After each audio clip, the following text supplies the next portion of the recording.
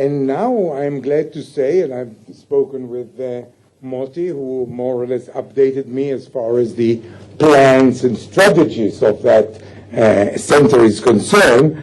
We are in fact moving systematically into, let's say, the wider international realm, rather than look at the very specific conflict of this area. And this conference is welcome particularly, and this initiative, because, as I understand, you are going to dwell on the variety of, in fact, viewpoints, including, of course, the intra-state problems, and which are quite important because they have, as we see daily, wider and wider repercussions over the international scene. In other words, we actually live in a post-modernist situation in which international problems become very much domestic and internal.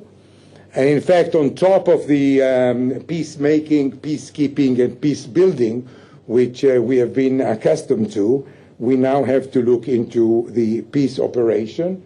And of course, I have a PhD student who is now Dr. Kercher, who will be talking, who has written under my supervision a very interesting dissertation in which the question of peace operations has been dealt with concerning Somalia, Cambodia, and former Yugoslavia. So in this respect, this theme, the topic of this conference is really most welcome. The question, as it has been indicated in your paper and, of course, in the professional literature, is to what extent are we in sort of a danger of being accused, in other words, not we, but those who intervene, of being imperialists, in other words, to what extent the question of peace operations by a body like NATO or the UN actually can be looked at as a sheer act of imperialism, and I fear very much that this will be perhaps the next point to be discussed, not only here, but in the international arena. And of course the question, and it comes up quite clearly, between international intervention and state sovereignty. And again, this has been discussed in the literature, and I think it's a quite delicate question which has to be dealt with. As for the Israeli-Palestinian question, which I'm not expert about, only living in this area, it seems that indeed maybe we shall be witnessing some peace operations in the distant future. Whether we like it or not, it seems quite plausible. And now it's a political question as to whether we would welcome such an operation or not, so I'll not say what my opinion is. Anyway, I would like to wish you a very fruitful deliberations here, and I welcome you all. And again, I would like to thank those who have organized this important conference, and all the best to you. Thank you.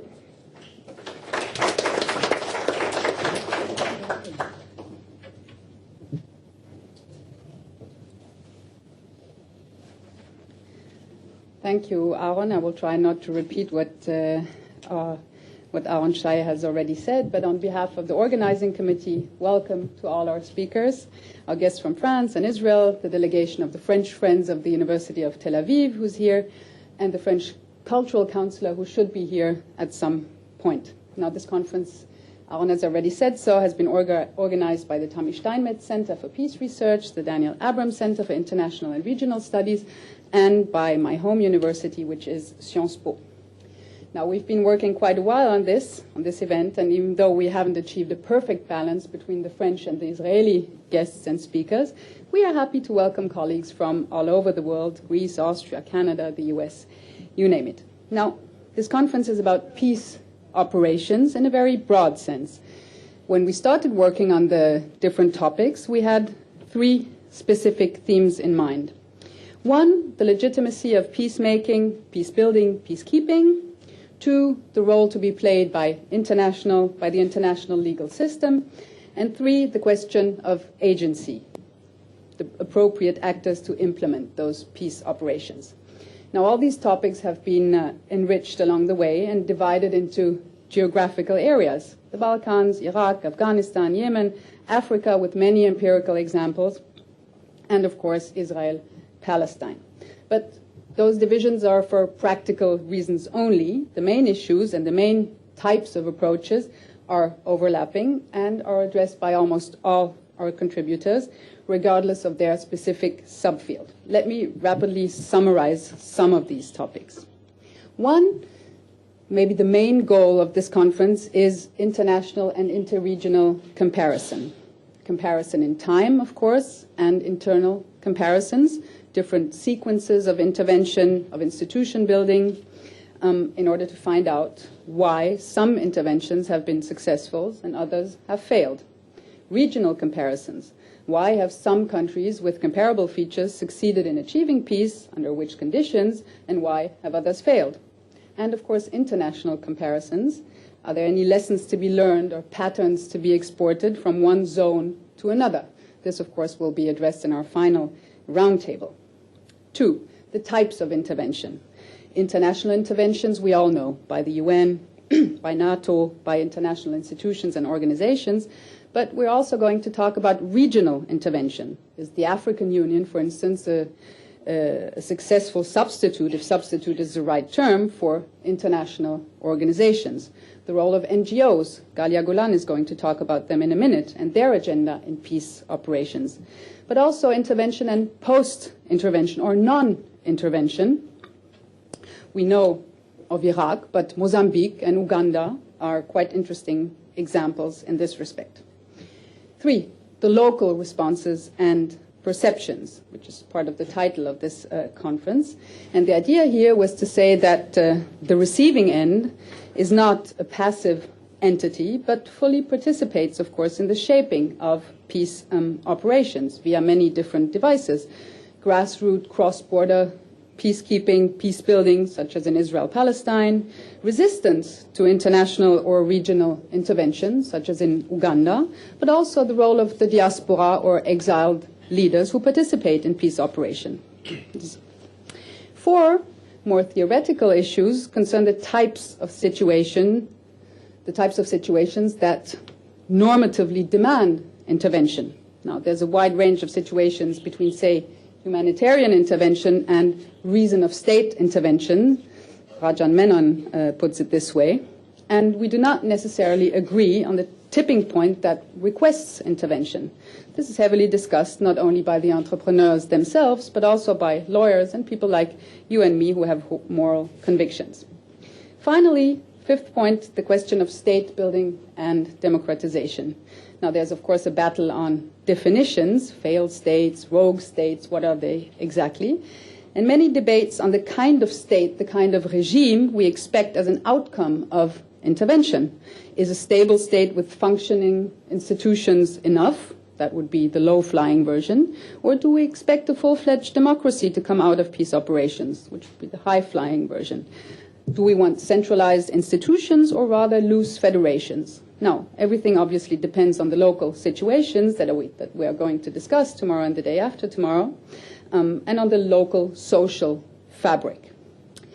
Well, all these questions will be discussed here in the next 2 days, and I view it as a particular success that we are bounded neither by one particular discipline, international relations, sociology, anthropology, political science, nor by one predefined entry. And I'm sure we'll have lively discussions fed by many different experiences, as some of us here are not only scholars, but also consultants or peace activists. Now, last word, I would like to thank all those who helped to organize this conference, foremost Moti Tamarkin, Uzi Rabi, where is he? Uzi. Ephraim Lavi, of course, Ranan Ryan, Kobe Michael, who just arrived, and Riva Manet, who was our operational headquarter at Tel Aviv University and who did a very good job. Thank you very much.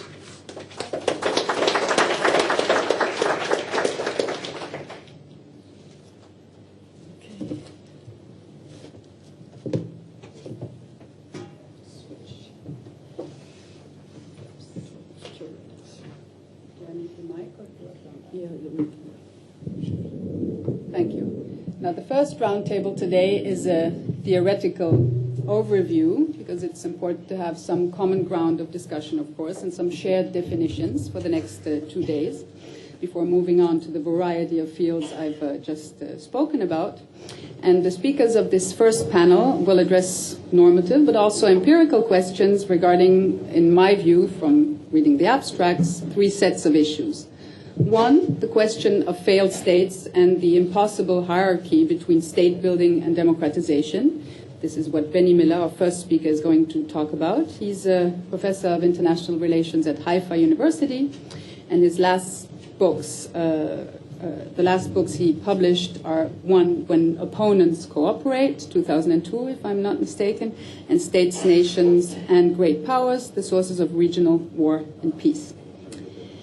The second topic will relate to the increasing role of non-state actors in peace operations, and Professor Galia Golan is going to talk about those. Galia Golan is the head of the Lauder School of Government at the Interdisciplinary Center in Herzliya.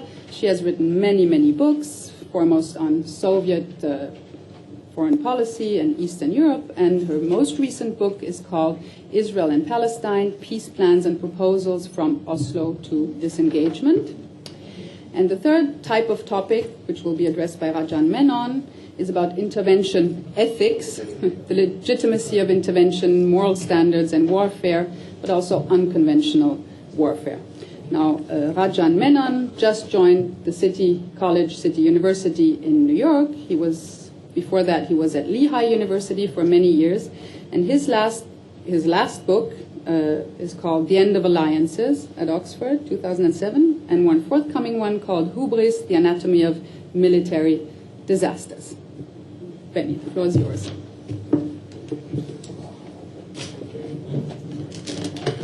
Thank you very much for the kind introduction. Thank you very much, Moti and Ephraim and Uzi, for the kind invitation. I'm very privileged to be here. The focus of my talk will be on a new paradigm of security, or international security, that emerged following the end of the Cold War, and especially following 9/11. Whereas during the Cold War and also in earlier eras, the focus of security was always on the powerful states, and especially those powerful states which are revisionist states, or which were revisionist states.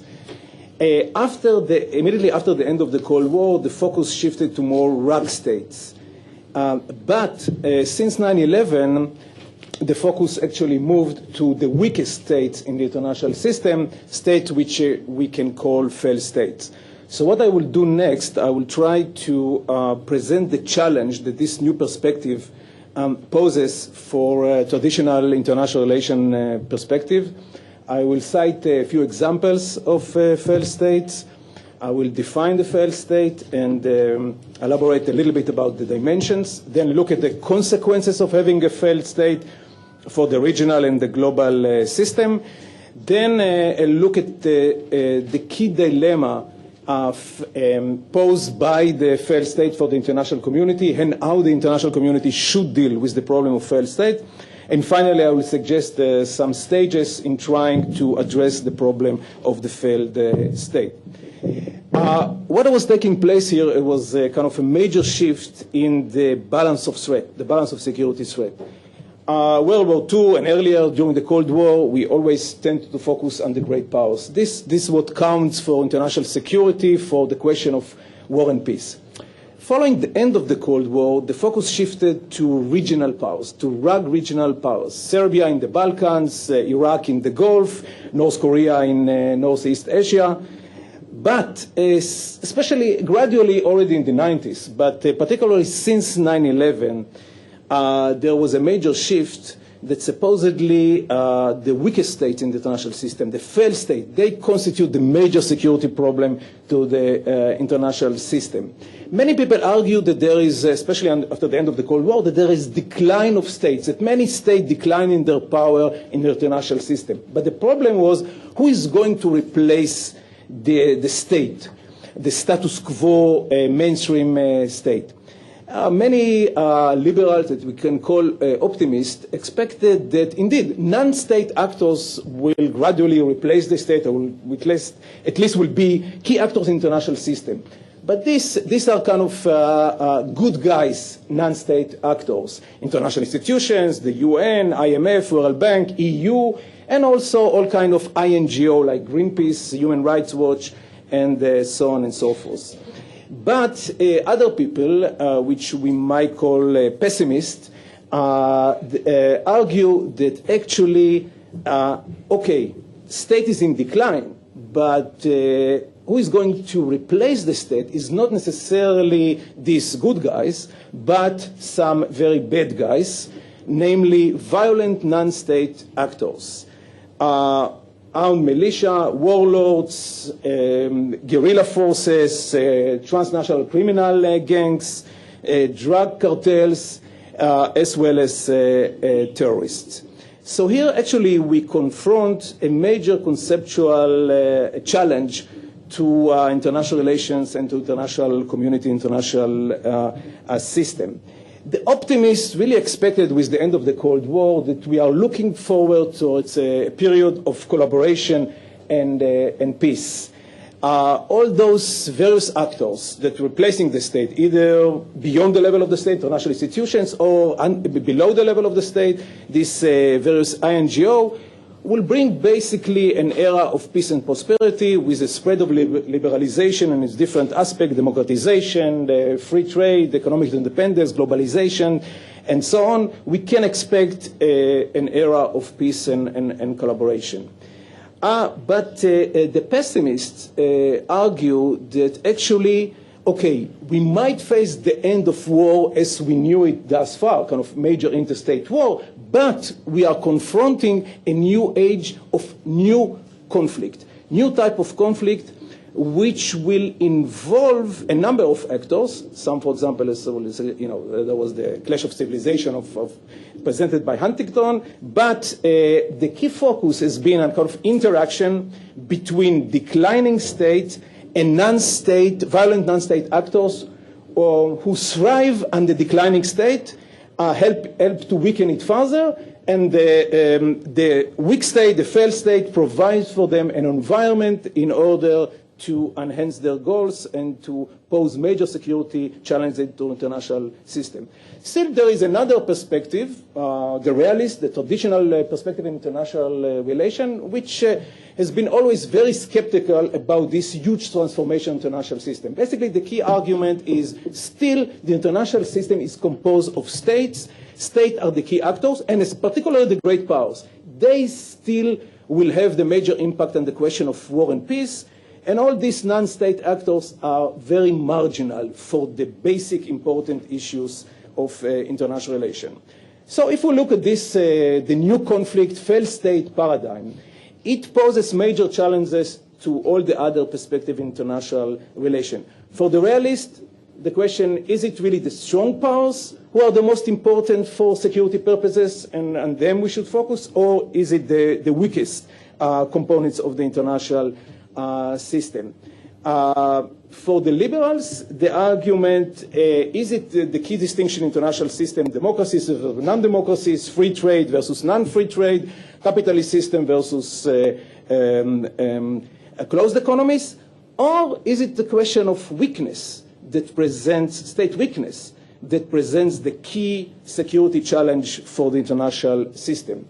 And for the Huntingtonian clash of civilization, this new paradigm of the new conflict, failed state, basically argues that the key conflict in the international system wouldn't take place between civilizations, but actually inside civilizations. Actually, there will be a lot of civil and trans-border wars, which will engage actually groups that culturally are more or less similar, definitely not from completely different civilizations, as was the Huntingtonian argument.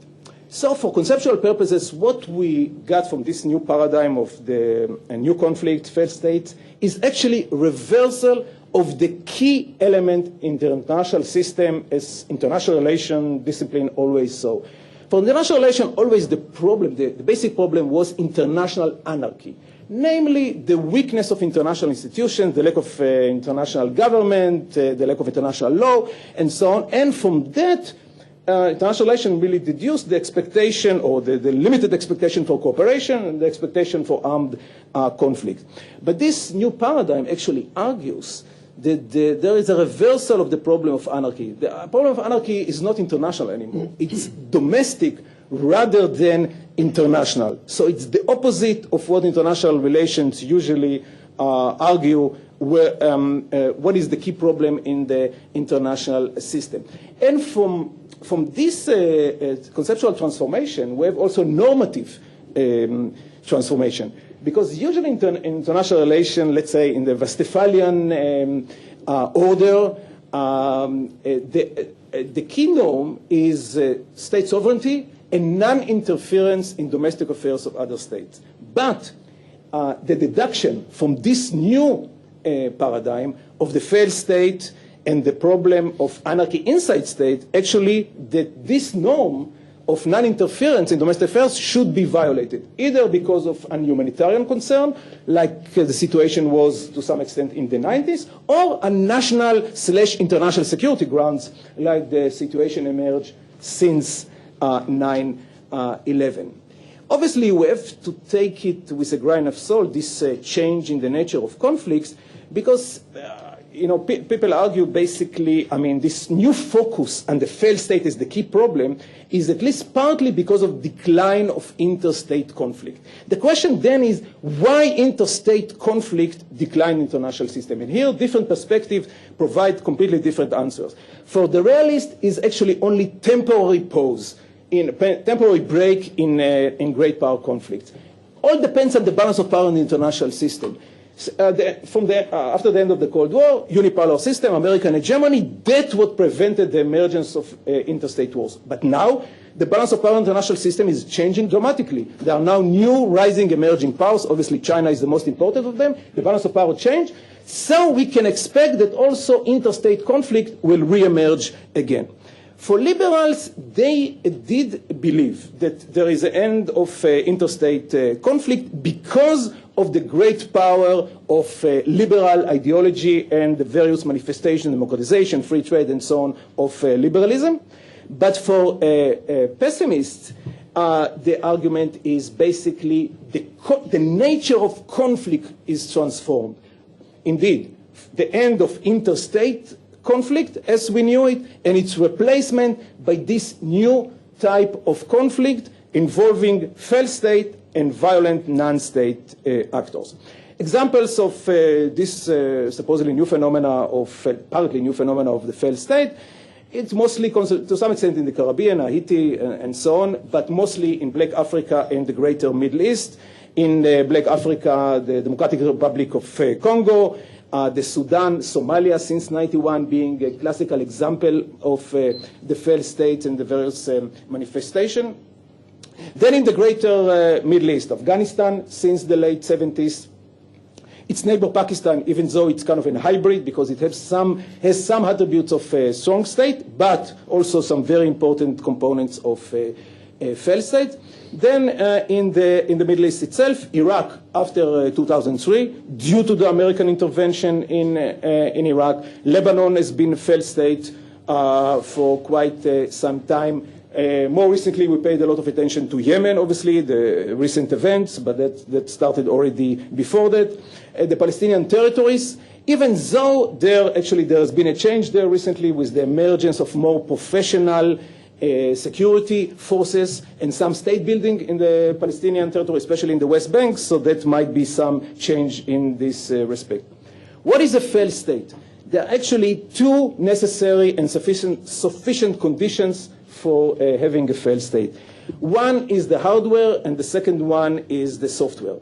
The hardware is state capacity. Basically, the problem is that in failed state institutions are malfunctioning. They are unable to provide the key services to the population, whether it's water, the lack of infrastructure of road, education, and so on. But the key problem is the absence of monopoly over the means of violence in the sovereign territory of the state, and that has a lot of consequences, as we will see. Then the second condition is the software. The software, the problem is the absence of a common national identity, the absence of national congruence between the territorial boundaries of the state and the affiliation, aspiration, identities of the key groups in the state, and that produces an absence of a political community which wishes to decide together about its future, about its key decision. The combined effect of this absence of state capacity and the failure in nation building leads to four major consequences on four different levels: domestic, regional, new security, soft agenda, and the fourth one is global. Domestic, civil wars, ethnic conflict, warlords, militia. The key problem is the shift of the security dilemma from the international level to domestic level. International relations usually made the argument that the absence of strong security institution in international system leads to security dilemma. Namely, even actors who have only defensive motivations might find themselves in arms races, alliances, and even wars because of the structure of the situation, not because they want to go to war, but because of the structure of the situation in which they are located. Similarly, that's what's now taking place in these failed states. The absence of a credible security provider in these failed states leads to a frequency of armed engagement and violence in the state, and that is a major consequence, domestic consequence of having a failed state. On the regional level, there are also very important consequences. First of all, many of these conflicts are really not domestic but trans-border. For example, looking at Afghanistan, Pakistan, the Pashto on both sides of the border, you can really separate here very clearly the border between two different national identities. And the problem is really cross-border, and that's the situation, obviously, in many similar cases. But also the regional neighbors are almost automatically involved in the conflict when you get a failed state in a certain region. They do it basically from either one of two motivations. One defensive, the other one more offensive. Offensive, some states would like to take advantage of having a weak neighbor so they can benefit from it, and they then tend to intervene in this state. But a lot of regional actors do it from defensive purposes because they are so concerned that the deteriorated security situation in the neighbor will adversely affect their security. They feel compelled by the situation to intervene in these states, and that leads to escalation, sometimes even unintended escalation. So we see in Afghanistan, obviously, Pakistan, India, Iran are heavily involved. In Lebanon, we all know the various neighbors, and the whole Middle East has been involved in one time or another, to one degree or another, in Lebanese affairs. Similarly about Iraq after 2003, and also in other failed states. The third major consequence is the so-called soft security or new security agenda, which emerged, again, especially after the end of the Cold War. It doesn't engage so much military power as such, but involves and presents a number of very important issues that have also security implications. Question of refugees and dislocation, forced migration have major security implications, at least for the neighborhood and sometimes beyond the neighborhood. The operation of drug cartels, for example, now the effects for the southwest of the United States because of the situation in Mexico and the weakness of the Mexican state to control the drug cartel.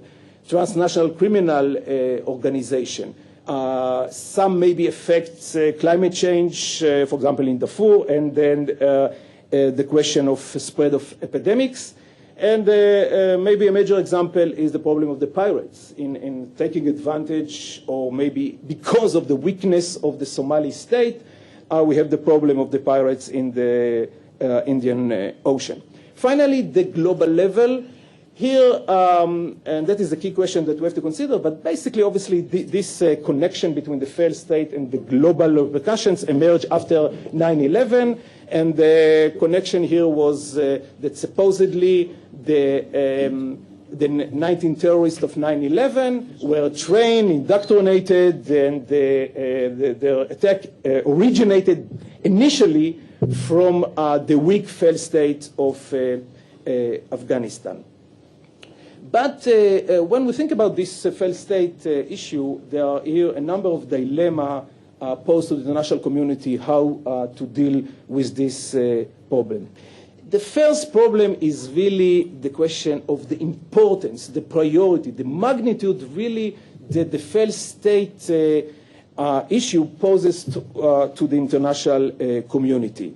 Definitely there are some repercussions, and the Afghanistan and 9/11, the pirates suggest that there is some connection, but also some people point to the limitations. First of all, I mean, obviously, after the financial crisis in the West, there are major limitations on resources. So the question how much to invest in the failed state versus, for example, the question of the emerging power. What is more important for the future of the national system? The failed state in the periphery, or to the question how to deal with the emerging power that change the balance of power, China, India, Brazil, and so on. And maybe with the failed state, we can deal more with police, law enforcement, intelligence, banking, and not really major military or economic engagement with all of the cost. Second, the problem of military use of force. On the one hand, there's no way to deal with violent extremists without resort to the use of force. But there are two major problems, at the very least, with use of force. One is more political, the other one more military. The political problem is the problem that the more foreign forces engage in another country, especially in the post-colonial era, they generate nationalist backlash. They actually reinforce the power of the extremists, and they put the so-called moderates that they supposedly support in a very bad shape because they are seen as collaborators, as traitors, and so on. So it might weaken, unintentionally might weaken their position. Then the military problem, and here is the issue of asymmetric warfare that emerged, especially after the intervention in Afghanistan and Iraq. And even though in these two cases there was a huge conventional technological superiority to the intervening forces, the guerrilla forces, despite their on the whole limited numbers, did show that through various asymmetric means you can pose major obstacles for superior technologically advanced forces.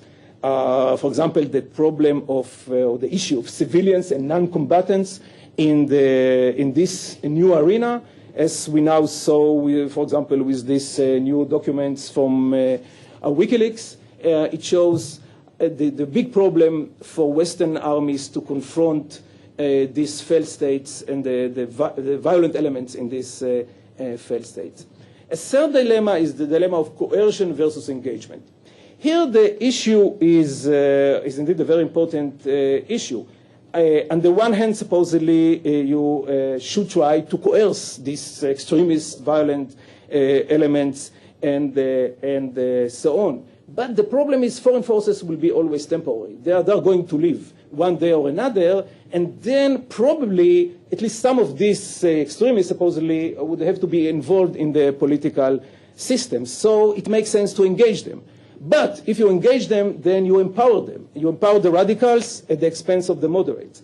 So that is not very easy a dilemma. The Patraeus attempt in Iraq with the Sunni tribes in Anbar was eventually very successful in engaging supposedly some extremist or relatively extremist elements, but that maybe was because there was kind of a common enemy, the Al-Qaeda, that eventually was enemy both of the US and of these Sunni tribes. So this type of engagement succeeded. But is it going to succeed with the Taliban in Afghanistan, or is it going to empower them, and once the NATO US force is going to leave, they will take over? That's a very big question. A fourth dilemma is the dilemma of democratization versus state building. For Western liberal countries, it's unimaginable to have legitimacy for a government without democracy, without going to elections right away in the first opportunity. So in all these failed states, usually there was an effort to have elections as soon as possible.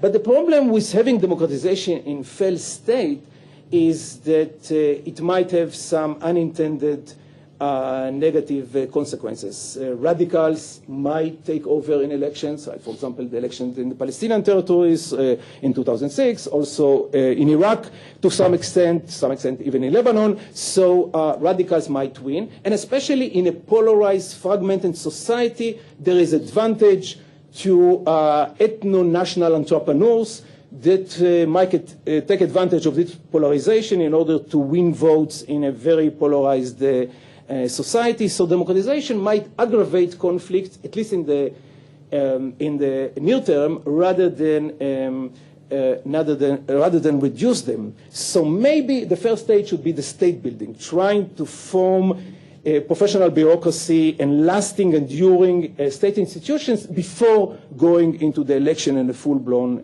democratization. Another dilemma is the dilemma of the partition versus preservation of the current boundaries of the state. For example, the issue of Bosnia and Serbia, Kosovo dramatize this issue in a major way. Whether there should be preference and priority to self-determination of different ethno-national groups that aspire for, like the Kosovars in Serbia, or whether that will be just a precedent to unlimited number of breakdown of states. Because of that, usually the international community preferred maintenance of the territorial integrity of states rather than to try to break them down. In Kosovo, it didn't work. Kosovo declared independence 2 years ago, and that indeed led, at least on the legitimacy ground, to Russia invasion, supposedly in support of Abkhazia and South Ossetia for their desire for self-determination. So this is a very tricky question. If indeed there is a preservation of the territorial integrity of the state, then a big question is how to accommodate the ethno-national problem with this current boundary of the state. And here there are a number of options, and it's a very tricky dilemma to decide whether to prefer autonomy of the different ethno-national groups, to go to a federation, to form a power-sharing kind of a binational, multinational type of state, or to try to form civic nationalism, a state of all its citizens. Every one of these options has some advantages, but also some major problems. Another dilemma is the international normative dilemma. As we pointed out, traditionally, the international system, since this Peace of Westphalia of 1648, after the religious wars in Europe, was built on a number of norms. Even though they were violated, obviously, many times, still that kind of constitutes the ideas of an international society. State sovereignty and its territorial integrity, sanctity of international boundaries, and non-interference in domestic affairs of other states. But since the end of the Cold War, this Westphalian norm has been challenged, especially by the liberal West, on two grounds. In the 90s, on humanitarian grounds. Here, the dilemma is human rights versus state rights. What is the preference? To defend, to protect minorities or other people who are oppressed, or to maintain these state rights of sovereignty and non-interference? The West tended towards human rights, even though to a very limited extent and so on, but still tended. However, the emerging powers in the international system right now, including the democratic emerging powers, are all in favor of the Westphalian system. China and Russia, obviously, but India, Brazil, South Africa, Turkey, all of them are Westphalian rather than Europe and to some extent the United States, which tended a little bit towards the kind of human rights and the expense of state rights. Then the second challenge to the non-interference norm was the idea of that based on national, international security grounds, this non-interference should be changed, and there should be international interference militarily, but also constructing international transitional administrations that took some sovereign function and roles from the local state and transferred and moved them to international institutions or the EU in Cambodia, in East Timor, in Bosnia, and in Kosovo. But the problem is, it's first of all the trade-off of these norms, and also whether does it really help to build an authentic domestic power, or does it help the state building, or is it just superficial external interference without lasting effects on the state building? Another problem is the problem of intervention. Must it be, okay, multilateral with UN Security Council blessing, or can it be under certain circumstances also unilateral or regional organization, like for example NATO in Kosovo, without Security Council authorization? Since I've no more time to deal with the dilemma, I just very briefly suggest the stages that I think about how to address this problem of failed state. The first stage is the security. That's the key component. It can be achieved either by forceful intervention from the outside or by victory of one of the local parties, but security is essential. Without that, nothing will be achieved. The second stage is the political resolution of the key state and nation type of problems that are in the source of the failed state problem. Third stage, state building and enhancing state capacity by building professional, unbiased, non-partisan state bureaucracies and law enforcement agencies, and also putting some resources, infrastructure, and so on. There should be a lot of external assistance, but the primary role should be by the local people. Then the nation building, here the leadership, education system, media should try to form a common national identity, not a very easy challenge, obviously. 6, the neighboring countries should be brought on board. Without them, no solution to the failed state. And only the last stage should be the democratization. Only after all these stages are more or less in place, or at least moving in the right direction, only then elections and the full-blown democracy can bring the lasting and very beneficial effect of full-blown democracy. Thank you very much.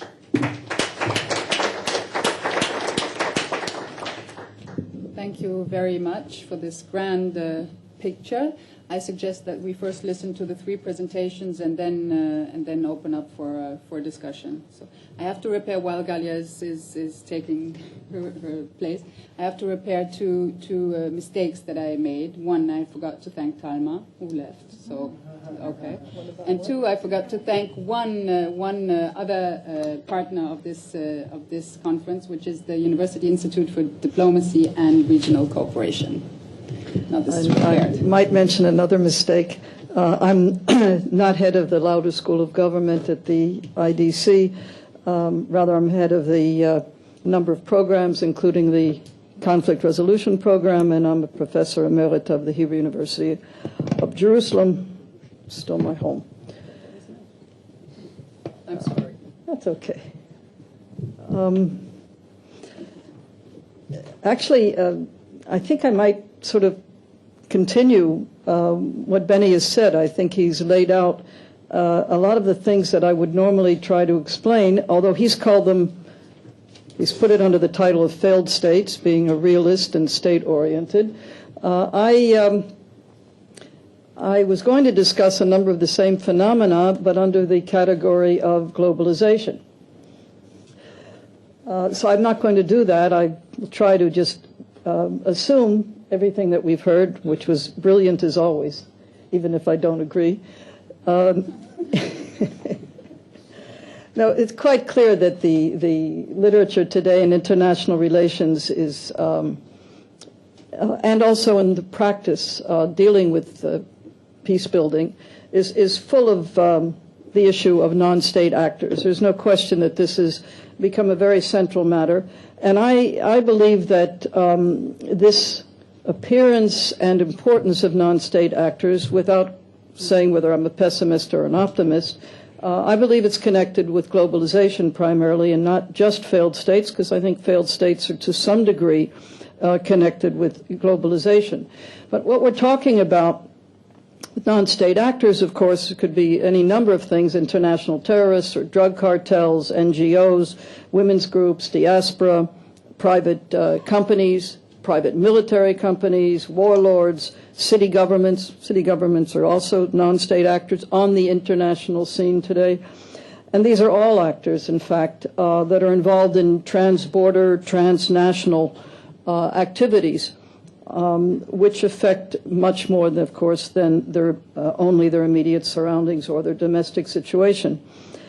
And even if we take an indirect link of globalization, the ability of these actors to act, and I think a very great factor in increasing their importance, or in some cases even creating them as international actors, is due to the facilitation that has come as a result of globalization. That is, their role itself and their ability to act on the international scene has been greatly facilitated and enhanced by globalization, the revolution in communications and telecommunications and transportation, the free flow of currencies, of information, privatization, outsourcing, porous borders, shifting power elites, and, of course, the change in the concept of sovereignty.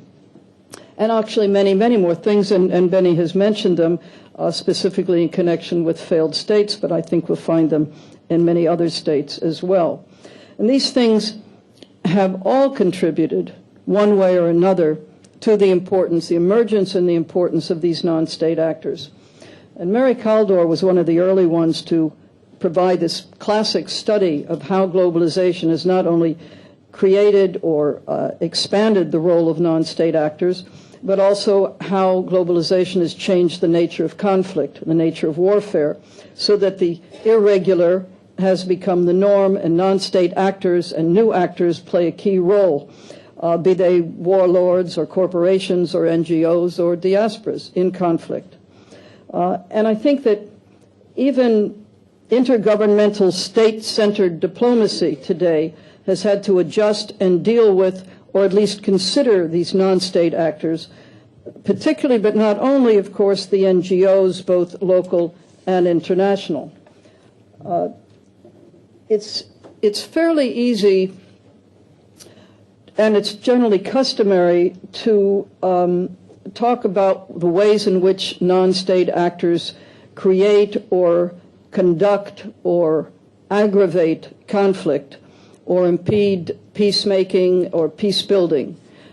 Whether it's the diaspora that's inciting those in their homeland, or the internet providing the spread of hate propaganda, or media portraying good guys versus bad guys, or drug cartels or even private legitimate companies providing funds for rebellions, or PMCs providing training or personnel, private military companies, or, of course, terrorists or militias or warlords, all aided, of course, by the free flow of currency and technology, things that I mentioned earlier.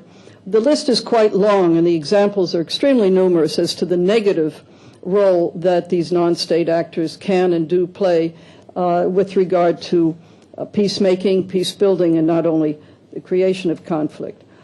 And there are many explanations as to why they play this negative role. We talk about, there's a whole literature today on how on diasporas and their tendency to be more militant than those left at home, whether it's out of nostalgia or guilt. There's a whole literature on this, of course. There's a good deal of information and theoretical literature out there on warlords and how warlords have emerged, the breakdown of central authority, how central authority is weakened and social cohesion breaks down, giving rise, of course, to grievances, creating a situation that is ripe for recruitment for conflict and interference in peacemaking, and also, of course, how these similar conditions have given rise to greed and battles over resources, as a result to a large degree of privatization. All of this, I think, has been said and has been written about a great deal, and I think it's all quite well known. Without falling into Benny's category of an optimist, which I am, I would like to talk about the positive role that non-state actors can play in conflict transformation and in peace building. If we look at the theories of conflict resolution, we can find various areas in which non-state actors can and do play crucial roles in promoting opportunities for resolution of conflict or promoting the awareness of opportunities for resolution of conflict. There are many areas in which these non-state actors can tackle the obstacles to resolution, such as the psychological barriers to agreements, evening out the playing field, that is correcting to some degree asymmetry of the protagonists in the case of negotiations, dealing perhaps with spoilers. These would be just a few of the things or the types of tasks that they can play. I'll give a few examples in this more positive role when it comes to transformation of conflict.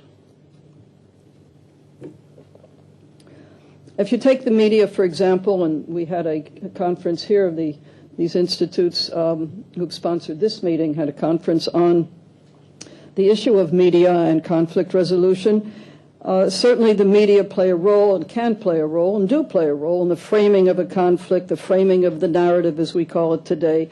And this can, of course, in turn influence recruitment and support that's critical for the pursuit of a conflict. But they can also create or solidify support for a change in the situation, for resolution of a conflict.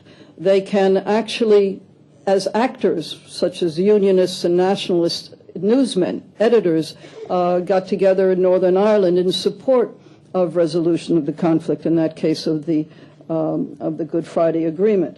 They can provide, media can certainly provide and highlight alternative solutions, or you have what Galtung calls peace journalism.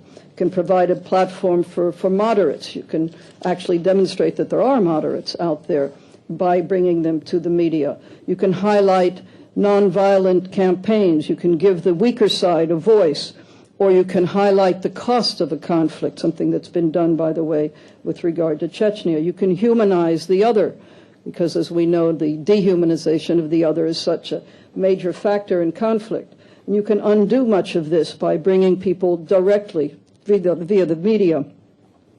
You can even bring the sides together, and that's often been done through video conferencing through the media. Or the famous example, of course, of Ted Koppel bringing the two sides together with a little wall down the center in the Jerusalem Theater on global television.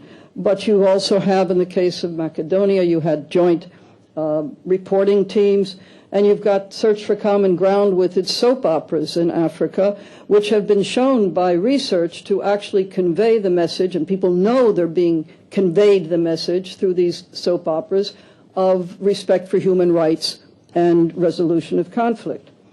The internet, I think it's even more obvious, empowers the weak and levels the playing field to some degree, and it can create a community of supporters, a global community of supporters.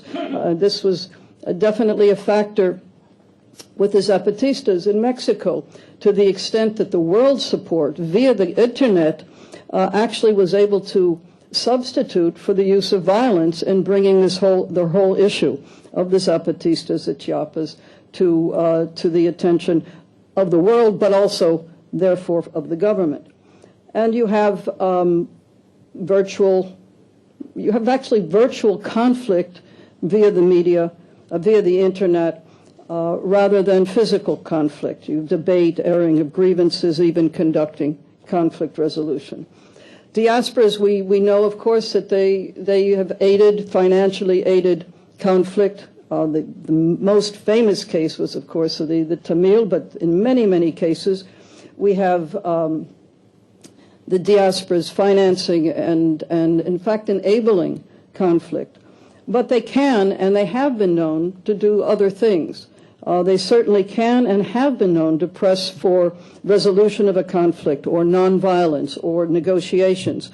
In the classic case of Northern Ireland, where Irish Americans shifted from supporting the IRA and the violence to, as a result of different group that became more prominent amongst the diaspora, pressing for negotiations and getting actively and directly involved. There's even a story of that happening with the Tamil at one point, in any case, of the diaspora in Canada changing its position and pressing for a negotiated settlement.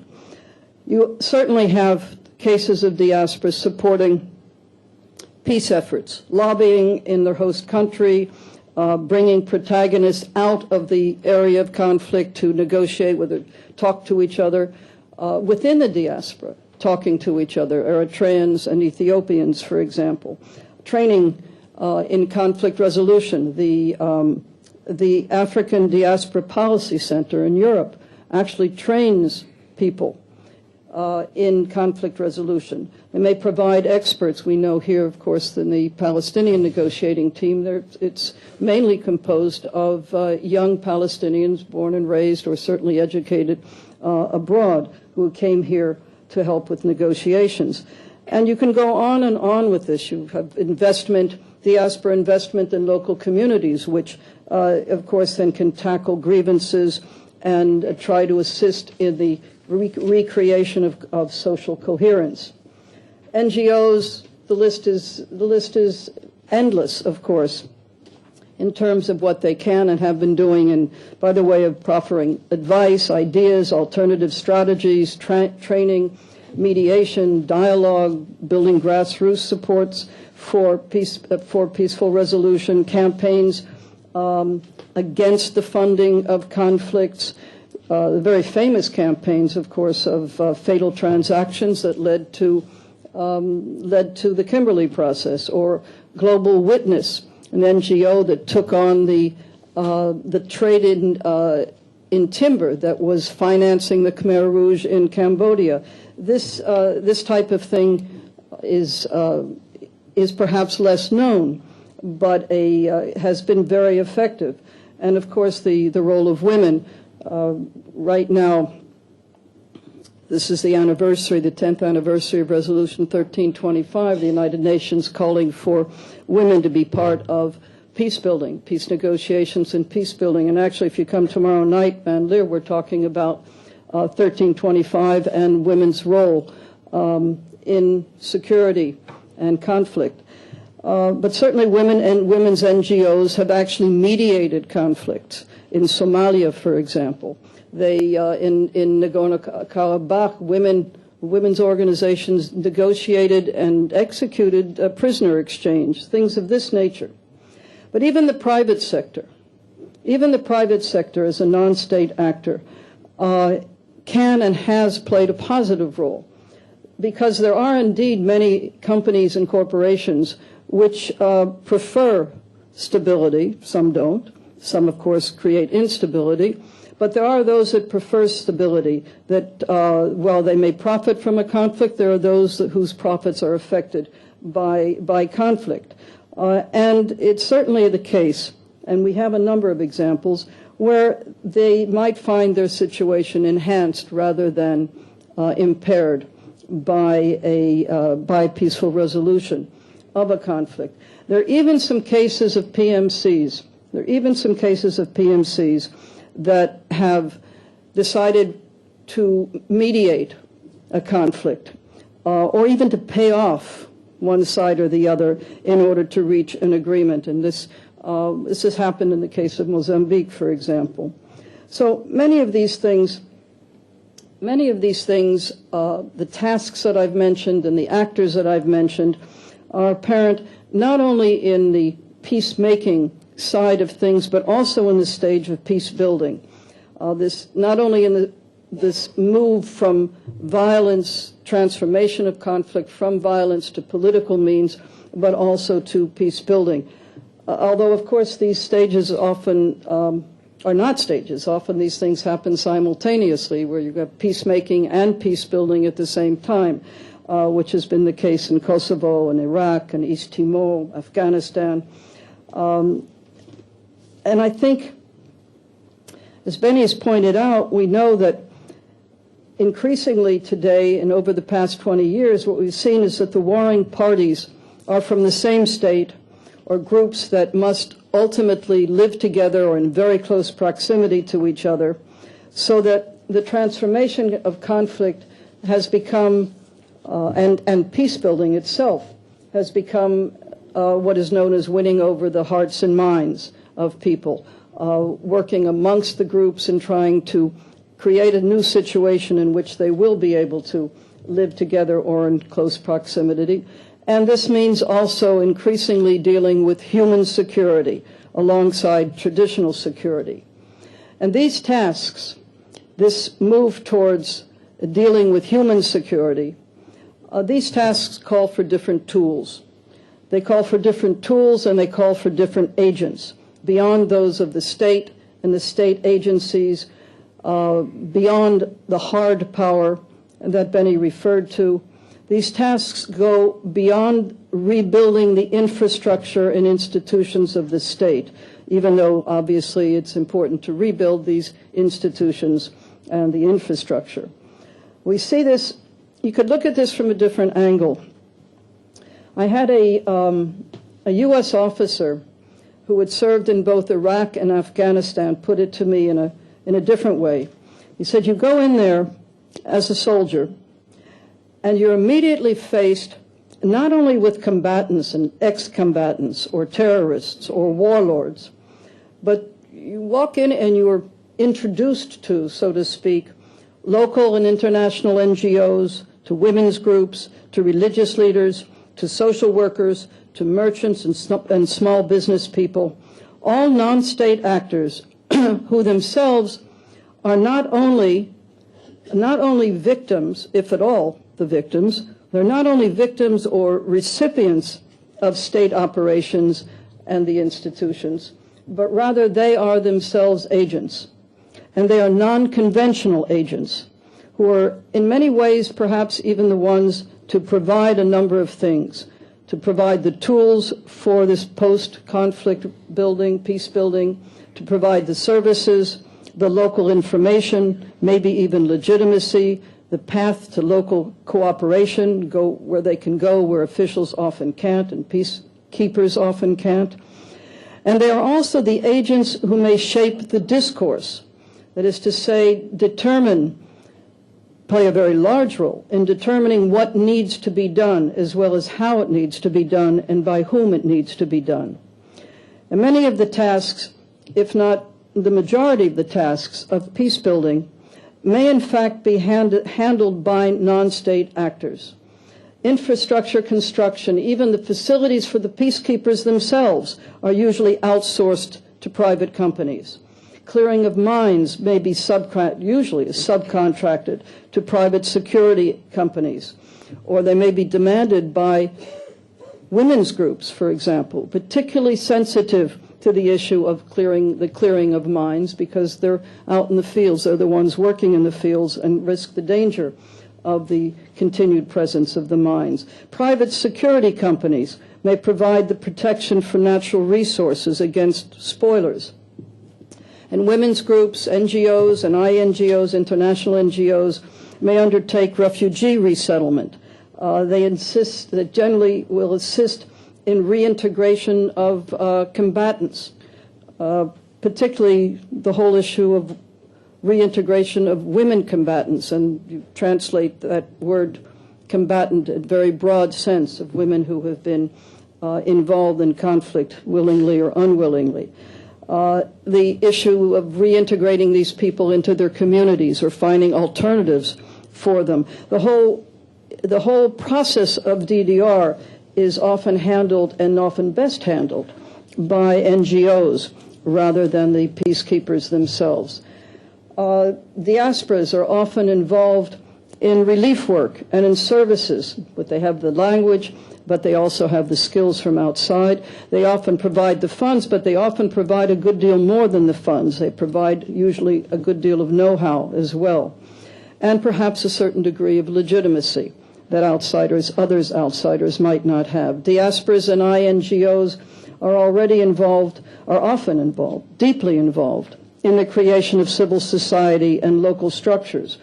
The media, along with INGOs and NGOs, may actually take upon themselves much of the effort for promotion and protection of human rights. And religious leaders, tribal elders, and the like can often speak more authoritatively than former commanders when it comes to creating a culture of peace, of healing wounds, of reconciliation. And NGOs have created conflict resolution training, actually taking people from villages, training them in conflict resolution, and then bringing them back so that local people have these tools. And the list, again, this list goes on and on, much the way it does when it comes to conflict resolution. The same occurs in many different ways, but certainly the same kinds of things go on in the peace-building process. Now, obviously, there are many problems. I'm not so much an optimist that I would just say these things are all great and there's no problems. There are many, many issues and many dilemmas involved with regard to this involvement, particularly the involvement of so many and so varied non-state actors. You have the problem of duplication. You've got over 150 NGOs in Rwanda, for example, just NGOs. So obviously there's a problem of duplication, of the absence of coordination between these organizations, between the non-state actors, and between the non-state actors and the peacekeeping force, if there is one, the state institutions in the making, and so forth. You often have competition between these non-state actors. They're all competing for funds, very often from the same places. They have to prove that what they're doing is the important thing to be done. You have donor interests, you have donor-directed projects very often, projects that the locals might not have been interested in, or even the organizations themselves might not have thought to be the most important, but these are donor-directed. There's a problem of the absence of transparency, supervision. You also may have the case, and often is the case, as I suspect we'll hear in listening to the different case studies, that international NGOs come in there without sufficient knowledge of the local situation. They may favor one local group over another one, causing conflict rather than resolving it. Or they may actually do the work instead of the local. In other words, there's a problem of providing sustainability for what they're doing. It's not only a question of knowing when to leave, as we often know is the case with peacekeeping forces, of knowing when to leave, but it's also a question of knowing how to leave, and how to leave in such a way that you've left structures behind, local businesses, local structures, local organizations, local civil society, that can continue what has been started rather than having created a certain dependency. Actually, I saw this morning on France 24 an interview with the fellow who runs a PMC. And it was a whole discussion about PMCs and this $1 million a year business. And the question by the interviewer was, well, yeah, how are you going to really sustain this terrific business that you've got if the state kicks you out? And he pointed to Afghanistan. And the answer was almost cynical, and he said, well, there are 44 PMCs operating today in Afghanistan, and each one has to buy a license, and a license is $1 million. The state isn't going to kick them out that quickly. This is just part of the kind of dependency that might be created. So the list of problems is undoubtedly quite long. But I think even if the list of problems is maybe even as long as the list of benefits, it has become clear, I think, to diplomats and peacekeepers alike today that a top-down, hierarchical, statist approach is likely to deprive them of helpful and maybe even critical partners in the peace-building process, possibly even leading to failure in the peace-building enterprise. And what is needed, I think, and it's recognized increasingly, that what is needed is a synergetic approach or a networking approach, where with all the complications and pitfalls, you involve these non-state actors, even with an awareness of the problems, but with an effort perhaps to coordinate matters, to maximize the benefits. But the idea is to find the combination where between state and non-state actors, where you have resources, tools, legitimacy provided by these various elements and not always by the same element, a combination between the non-state actors, between the peacekeepers and the emerging state. Thank you.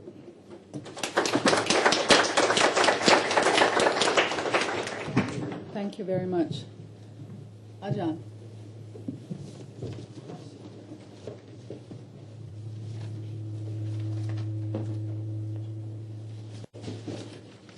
You all must be so weary, so I'll try to keep this brief, but if you've heard academics say that, you know that they have no credibility. It's very nice to be back in Israel. Thank you. When I left New York, it was about 30 degrees, and I'm wondering, Moti, does the Israeli government give asylum on climatic grounds? I'd like to have it. 30 degrees Fahrenheit. I mean, yes, Fahrenheit, yes. Yeah, I know, but the other, yeah, we think it knows the Fahrenheit, but you always have great weather, too. Only from warmer countries. Only from warmer countries, okay, all right.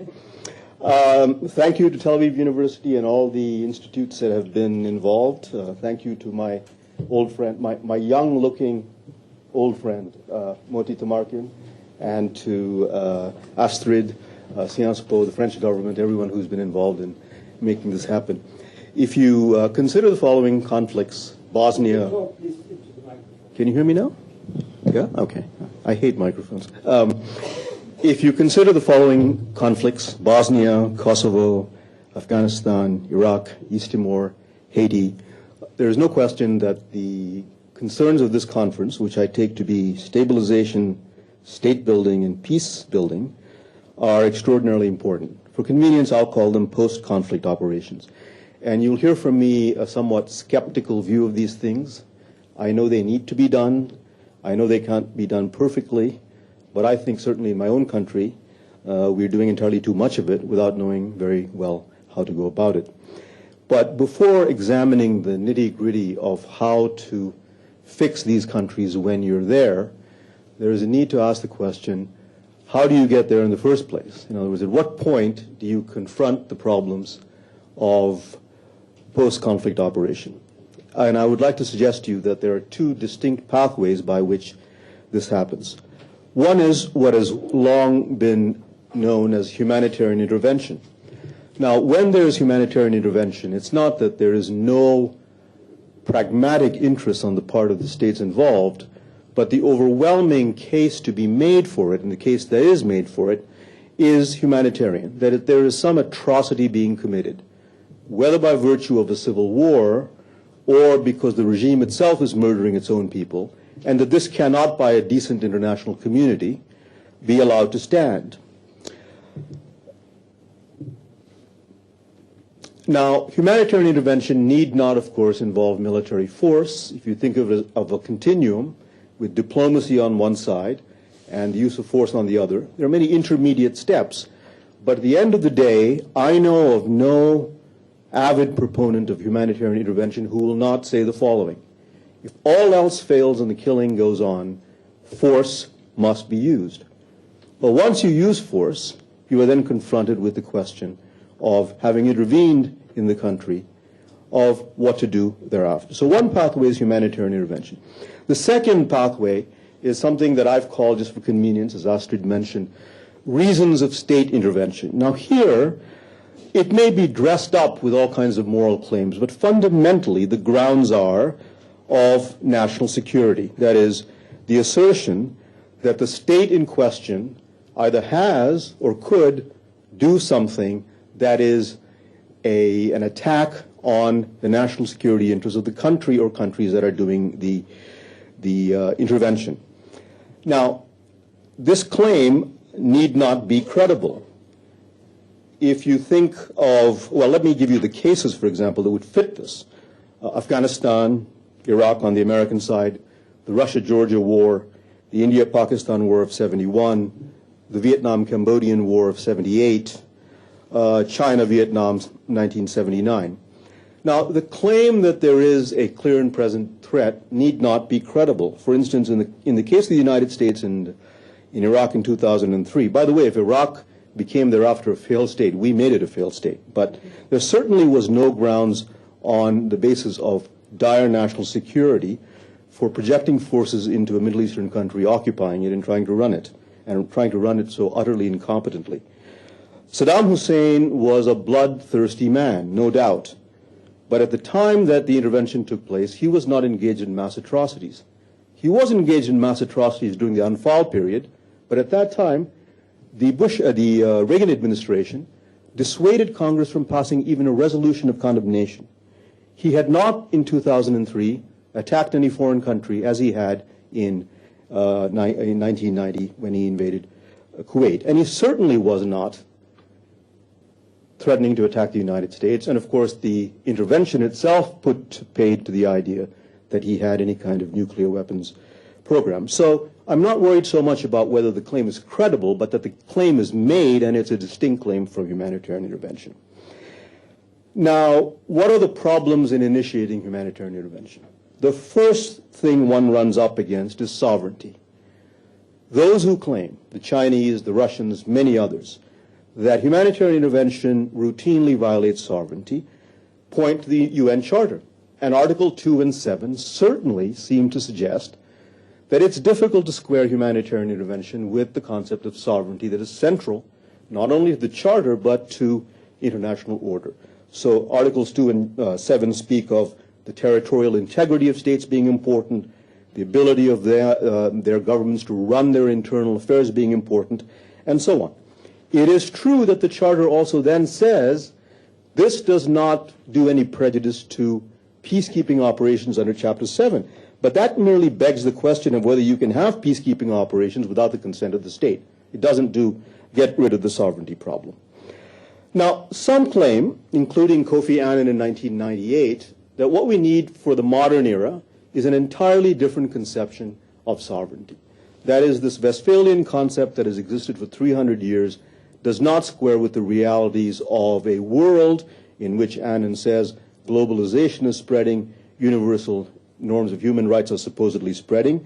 And both he and his then deputy Shashi Tharoor argued that sovereignty implies both rights and responsibilities. It has never meant to be, nor should it ever be allowed to be, a barrier for hiding behind so that you can oppress, kill, and massacre your population. Tharoor argues, in fact, that sovereignty has got to be seen as something that is now compatible with the Universal Declaration of Human Rights, the ICC's Rome Statute, and so on.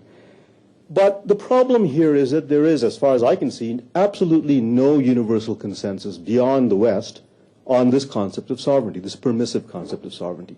The fear remains that it simply provides a license for states to intervene against the other.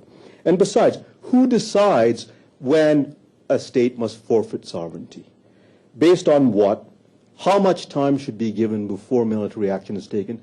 These are issues, as we all know, that have created great divides and divisions. Now, on the question of who decides, some say it ought to be the UN. The problem here, of course, is the UN Security Council and the veto.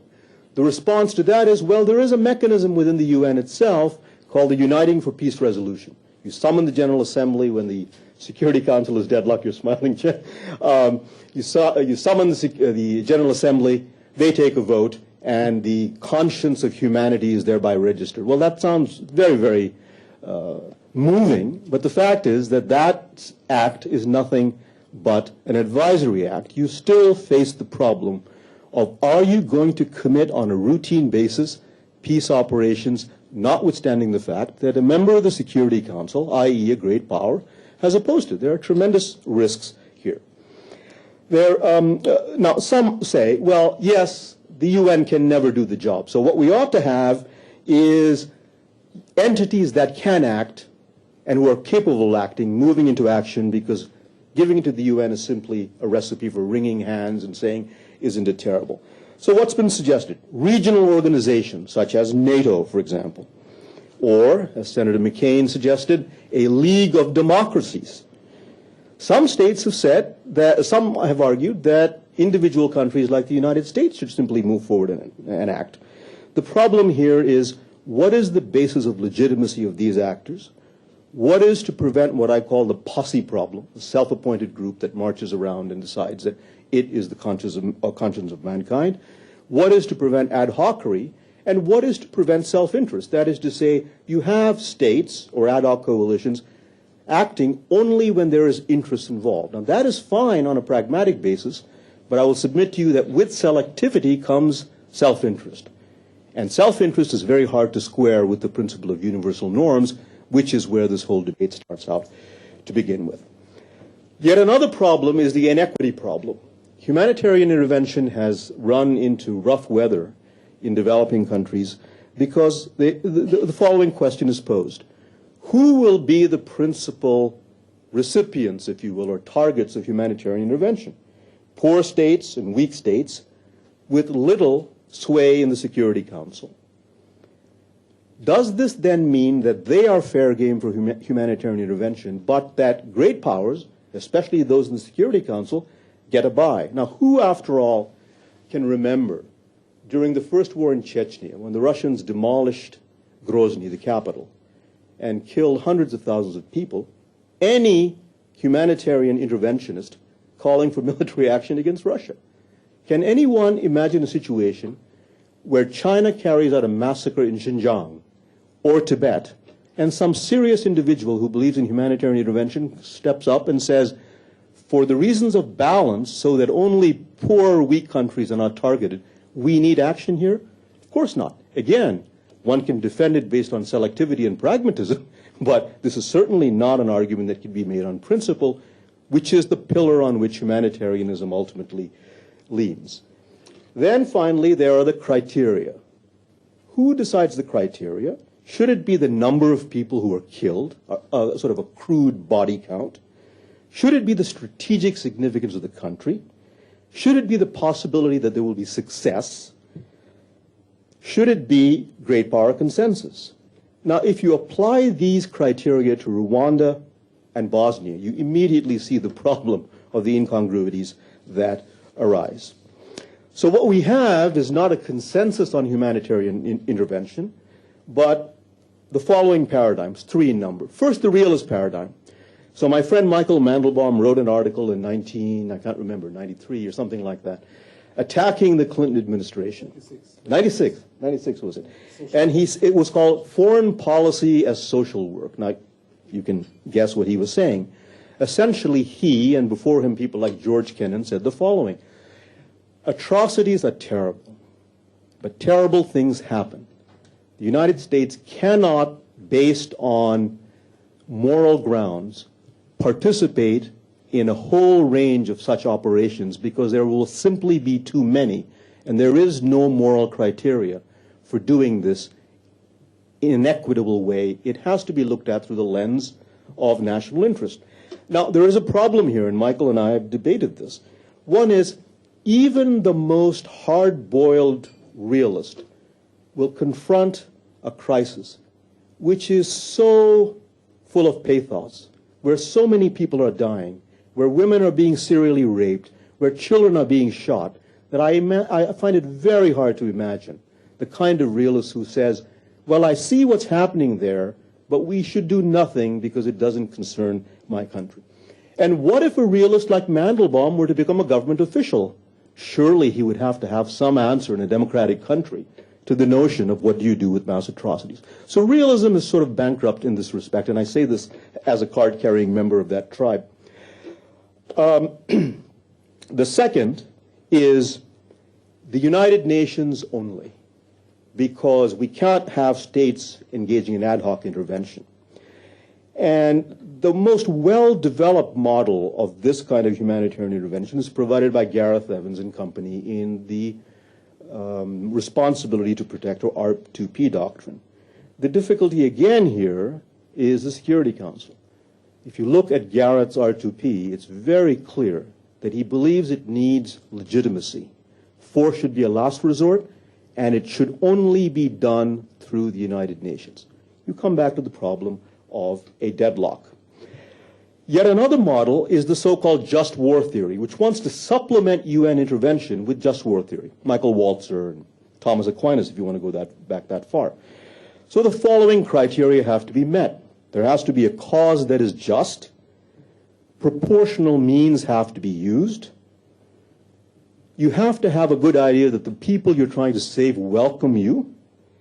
And you should try as hard as possible to have a military strategy that minimizes non-combatant deaths. Now, these are wonderful ideas. The problem is there is room for significant disagreement on some of them, and the others simply cannot be evaluated a priori. You simply cannot do it. Now, let me quickly turn to post-conflict operations, because whether it's reasons of state intervention or humanitarian intervention, you end up in the same place, what Secretary Powell called the Pottery Barn principle. You break it, you own it, although the store, by the way, says it has no such policy. The first problem you run into is one of prerequisites. By the very nature of things, post-1945 peace building operations will be carried out in poor, unstable states, not states like Japan and Germany. At the height of the nation-building enthusiasm, there were those who said, well, look, we did this in Japan and Germany, we can do it elsewhere. But the analogy breaks down. Both were wealthy countries who had the prerequisites to go back to development. In the case of Germany, albeit brief, it had the legacy of the Weimar democracy to go back to. Take a country like Afghanistan. The literacy rate at the highest estimate is about 28%. If you go to the rural areas, it's about 15% for men and 1% for women. Think of creating from the ground up an Afghan national army and police force, where people cannot carry out simple tasks such as reading maps, making simple computations, and having the background to maintain complex weapons. This does not mean that this cannot be done, but let us be very clear that there is an incongruence between the expectations of democratic states for early exit strategy and building a country from the ground up. It would be extraordinary hubris, I think, to deny that. The second problem is communal divisions. When humanitarian intervention or the other kind of intervention, reasons of state, occurs within the context of group conflict, you have what Barry Posen at MIT calls we-ness having developed, people identifying in terms of Shia or Sunni or Kurds or what have you, Pashtuns. Politics becomes and is seen as a zero-sum game. Institutions are not viewed as neutral entities that are caring for the benefit of all, but rather as structures that will be captured by one group to harass, intimidate, and perhaps kill the others. One of the reasons that the Shia in Iraq have been so suspicious of the law enforcement agencies, be it the army, the intelligence services, the police, or even the courts in Iraq, is precisely this problem. Consider what has happened in the aftermath of the elections in Iraq. 8 months later, we have no government. Why? Because the Iraqi party and Maliki's party, the party of the state of law, cannot come to terms on creating a binational government. Everybody realizes that that is what needs to be done, but it can't be done. Or take Bosnia, which is the poster child for success. You had it at one point, right after Dayton, 60,000 troops. It's been wound down now to several thousand, but you've had I-4 there, S-4 there, U-4 there. Every force has been there. $15 billion has been pumped into that country. The unemployment rate today is 40%. If you include even the underground economy, the black or the gray economy, it's about 18 to 20%. This does not mean it's a failure. But on top of that, group identities have hardened. A friend of mine who works on Bosnia says, Bosnia is basically a bunch of statelets stitched together to resemble a state and is very much in danger of reverting back to the past. One other impediment, and I've just got one more asterisk, is violence. Now, Galia spoke at length about NGOs and the things that they can do. And they certainly can do many things, and hats off to the courageous men and women who are doing them. But here is the problem of introducing foreign personnel who look obviously foreign into countries like Iraq and Afghanistan. They become targets of violence, hostage-taking, and kidnapping. The projects themselves become targets for insurgents and anti-government forces. The insurgents can kill and intimidate people in a variety of ways to prevent them from collaborating in the nation-building process. And there's a balance of costs. The insurgents can do this with relatively little expenditure of money. They're prepared to do it cheaply, and they have no moral compunctions whatsoever. Meanwhile, it costs $1 million to keep one American soldier in Afghanistan for 1 day. The United States has spent in Afghanistan and Iraq combined something like $1.2 trillion. At some point, the books have to be balanced, and the question has to be asked, how long can this continue? And I'm here to tell you that in my country, that question is now being asked. The final point, of course, is corruption. What proper nation building tries to do, so that there's an exit strategy, is to create a regime that has a certain degree of legitimacy. In Afghanistan, the government of Karzai, despite all of its other problems, has become, in the eyes of Afghans, the impediment of theft, bribery, and cronyism. It has no legitimacy. So you have created no alternative to the Taliban that has traction with the Afghan people. Corruption also skims away development aid. We don't know how much of the money is actually getting to the grassroots areas and doing the good things that it's supposed to do. It nourishes the insurgency. Private companies, it is true, provide security in conflict countries. Very often, as in Afghanistan, they do so by bribing the insurgency. So a paradox. Foreign aid is actually aiding the insurgency. And finally, the whole question of, does anyone know what the hell is going on with all this money? We've just had in the United States the Inspector General for Afghan Reconstruction issue a report. And here's what he says. We've spent, he says, $55 billion, but he cannot account basically for $1 of that money because it is being distributed to so many groups that he says, I am in a labyrinth. Now, this is not politically sustainable. So the fundamental problem with peace operations is not that they're silly, that we will not be called upon to do them, that we should never do them. It is that I increasingly am skeptical of the capacity of democratic states, especially after Iraq and Afghanistan, to get involved in many of these things. In Europe and in the United States, there will be great enthusiasm for nation building. But nation building at home, if you ride the New York subway, or travel on our bridges, or see our infrastructure, and see the mood of the country in the current economic crisis, you'll understand why. I know less of Europe, but I suspect the mood is not all that different there as well. So thank you very much.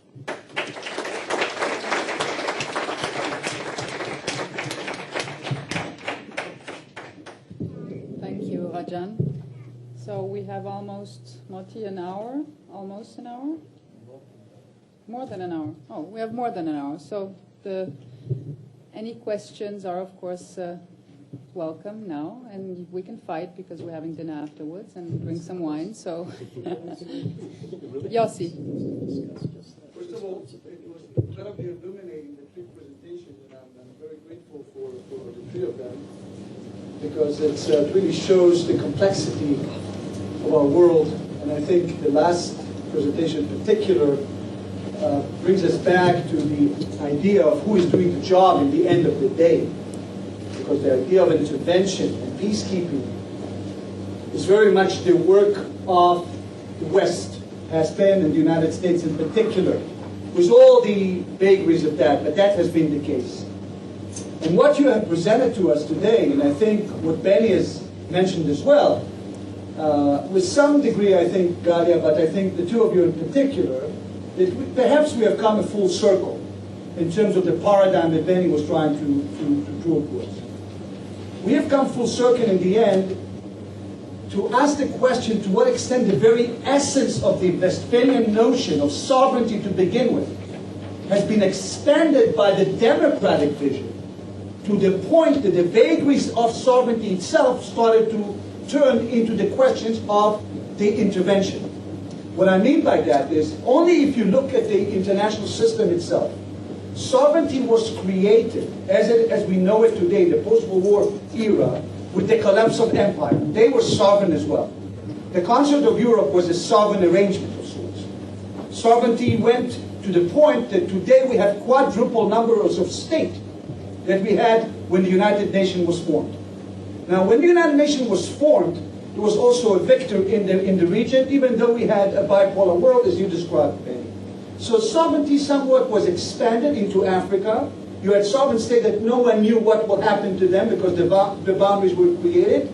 The very essence of sovereignty became enshrined as the principle we all accept. But we went with liberalism slowly, because we had a Cold War era. And we intervened from time to time, but very mildly in so respect. As all things considered exploded to us, and we're now quadrupled, the very essence that broke the empires, nationalism, which is the identity, and democratization, led us into an explosion of idealism that Galia was talking about. That is globalization. But the evil fruit of globalization that you described suddenly confused the matter. Because globalization is not only the peaceful diaspora moving into Ireland.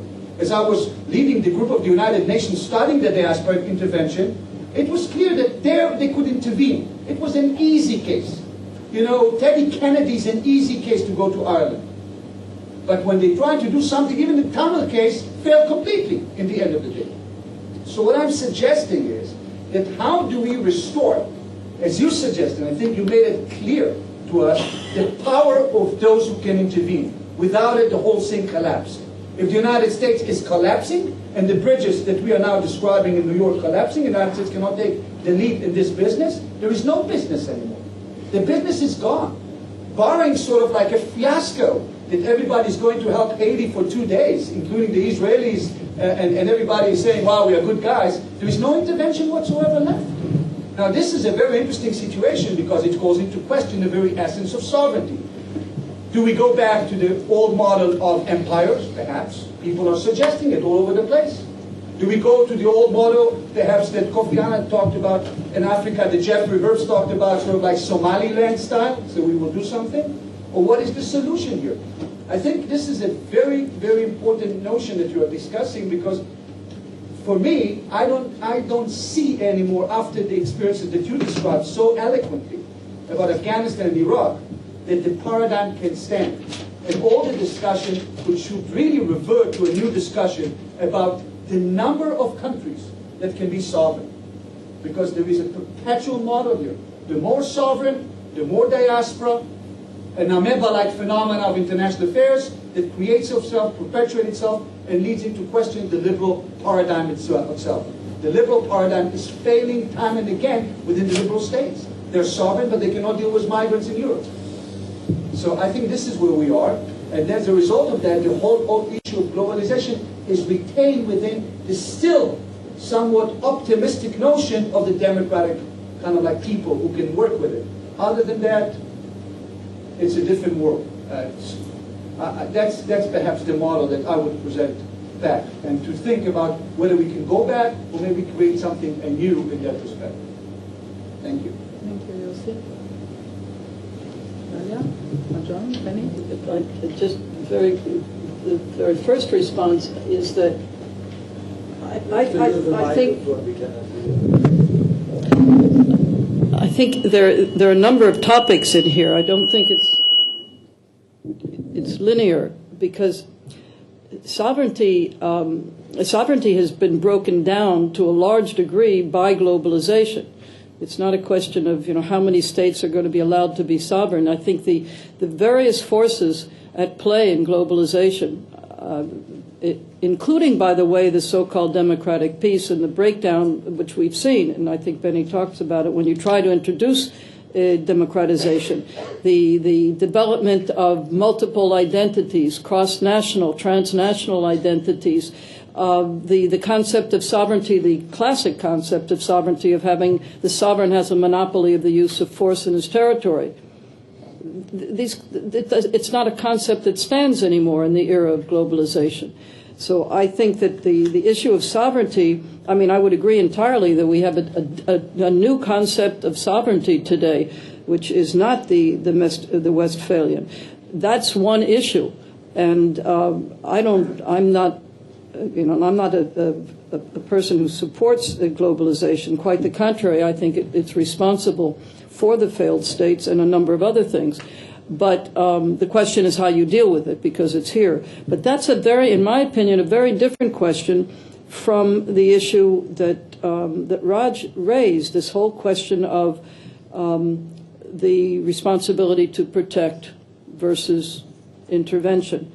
And all of the issues, I mean, he outlined it perfectly, the various arguments and positions. And the theory comes with basically what Benny said, is that you have this breakdown, and you have a breakdown in sovereignty. You have a new concept of sovereignty, clearly. And then the question is just where are you justified in moving in? Just where are you justified in intervening? I don't want to repeat the arguments that Raj raised, but the problem that one has, I think, is that it's very easy to talk about Iraq and Afghanistan, and the arguments are quite clear. I think it's very hard to call them humanitarian interventions. I think one has a better case if you talk about perhaps Bosnia and Rwanda or the Congo today. Is there no responsibility to protect? Was it a mistake not to intervene? We know full well why there was no intervention in Rwanda, but does that mean that it was okay? Or we talk about Sudan, and yes, the perception by the Africans that the ICC is, of course, unfair and discriminatory, and therefore the ICC, which in my opinion was one of the few positive elements that come out of the globalization's blow to sovereignty, and in response an effort to find some kind of global governance and universal values. But then we see that the ICC is interpreted as another instrument of neocolonialism. So, I mean, these are the questions. Why should we not, or why should some power not intervene today in the Congo, for example? So you may argue that there is no such thing as humanitarian intervention. I just supervised an MA thesis that was trying to make that point. There's no such thing as altruism. But, I mean, I think these are the questions we have to ask. Maybe I'll just make you mentioned George Cannon. Keep in mind, George Cannon changed his mind 3 times. Yeah, He started with legality and morality, and he went back and he said we have too much now legality and lack of morality. It's the circumstances that describe this kind of like condition. That's the question to you. Where we are now in this game of the ability to intervene, because as you said, who doesn't want to intervene when women are raped and entire people are being slaughtered? Everybody wants to intervene, but what is the viability of this kind of posture within this system? Right. So just to make it clear, Gali, I didn't mean to suggest that Afghanistan or Iraq were humanitarian interventions. Precisely the opposite. They belong in the category of reasons of state. It would be very curious to call 2 interventions that have killed tens of thousands of people humanitarian. Humanitarian for whom? For the people who died? You have 2 million Iraqis living in exile. This is a humanitarian intervention. Let's say that we did it for reasons having to do with national security. I'm prepared to have an argument about that. But to call it humanitarian intervention is absurd. So I just want to be clear about that. Look, I mean, in terms of your observation, here is the world that we're going to live in. There are going to be horrific civil wars. Many, many more people, as you know, have died in intrastate wars than interstate wars. As your own Israeli academic Matan Van Creveld said, the locus of war has shifted inside the country. So we will see many places where horrific things are beamed to us on the circuits of globalization, television and radio. It's going to be very unpleasant. But I submit to you that at the end of the day, there has to be some judgment made. And I think that countries will try to intervene where they can if the costs are low, but if they believe that the costs are too high, they will fall back on realpolitik. Which required more urgent American intervention, Kosovo or Rwanda? Well, our president, Bill Clinton, went to Rwanda later and apologized, but that doesn't mean anything for 800,000 people who were killed in a matter of 9 weeks. Now, if you look at it from a pragmatic principle, you could argue that Clinton made the right choice, right? But we are going to be uncomfortable no matter how we deal with this. But I think it's time to just be honest and say, we have no criteria that are uniform. International relations in the United States today is, well, not dominated by, but certainly contains a number of people who talk about the international march of liberal norms. I think this is a Western conceit, frankly. I don't think there's any emerging consensus on these norms. Many of people in the world think that these norms are being constructed with all kinds of other purposes in mind. I happen to believe in the principles of those ideas, but the idea that we as a world have now certain criteria because we've embraced in common certain ideas of ethics, of human rights, and so on, seems to me to be patently false.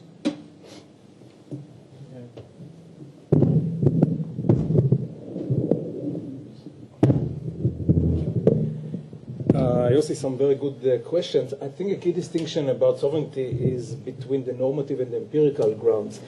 And I think on the whole, I would argue that empirically there are going to be growing challenges to sovereignty. But I think that normatively, I think the Westphalian system is going to be accepted more than it was in the 90s, and I will explain. I mean, empirically, I agree with Galia, partly because of globalization, partly because of state weakness, state failure. All these phenomena, there are going to be a lot of challenges to state sovereignty empirically based. However, normatively, I think there has been a big change in the 90s. The 90s, this is the heyday of humanitarian intervention. This is, on the one level, it reflects the liberal values of the West, definitely, European and the United States. But the underlying factor was the balance of power. The balance of power was the unipolar structure of the international system, the dominance of the United States, and lack of any strategic threat or rivalry or challenge to the West. So the West could afford to go to humanitarian intervention. Now the balance of power in the world is changing. China, Russia, Brazil, India, South Africa, Turkey. These are the emerging powers. All of them are very Westphalian oriented. And they have completely different agenda than the West. And the interesting point is, I mentioned it, but it's worth repeating, is that also, let alone the authoritarian, obviously China and Russia are Westphalian against intervention in their own problems with human rights and minority and so on, but also the democratic emerging powers are very Westphalian, like India and Brazil and South Africa and Turkey. They are all very Westphalian. I mean, they have complete different, even though they are democracies like the West, they have a different agenda regarding, or different ideology regarding foreign affairs. It's not the same type of liberal ideology that the Europeans and the United States, to some extent, shared about this. The balance is between human rights versus state rights. In the 90s, it tended somewhat towards human rights at the expense of state rights, and obviously Bosnia and especially Kosovo. That was the major reflection of that. But now I think it will be shifting again to state rights, partly because of the emerging power, changing balance of power, partly because of the financial crisis of the West, and the third reason is the asymmetric warfare, the cost that asymmetric warfare introduced to the American forces, to the United States. So the combined effect of all these forces would be that there would be, I mean, de facto acceptance of sovereignty, not because it's ideal, not because someone loves it necessarily, but it will affect world reality.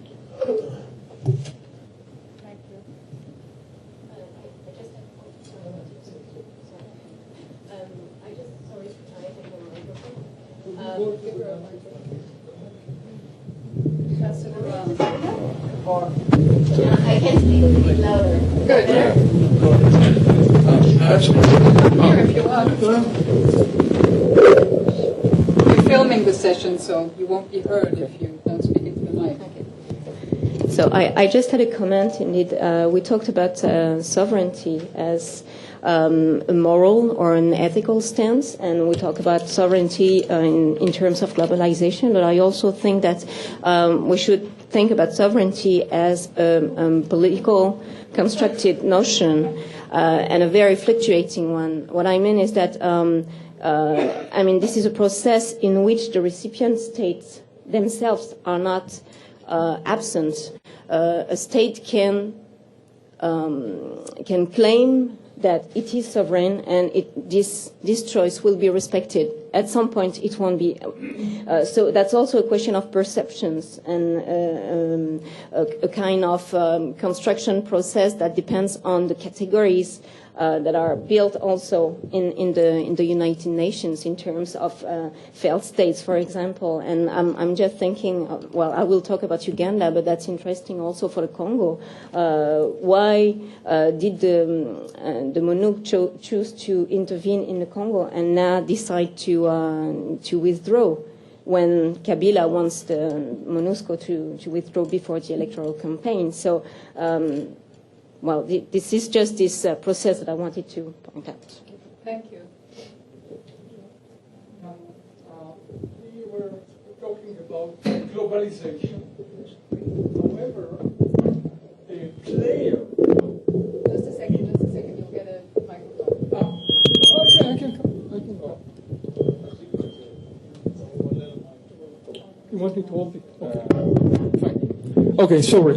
We were talking about globalization. However, the main players in failed states, the external forces that have been mentioned here were all Western.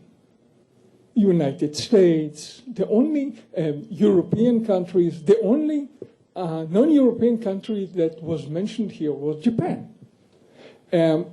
Afghanistan is more closer to Russia than to the United States. What about China?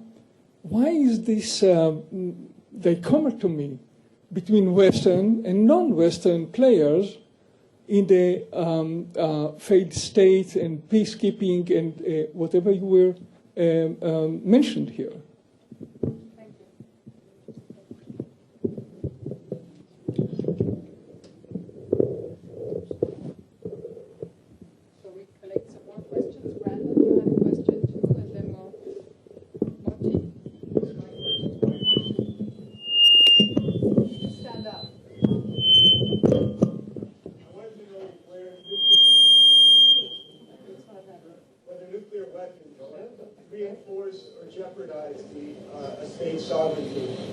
Strikes me as interesting that we haven't talked at all or mentioned that Pakistan and perhaps North Korea.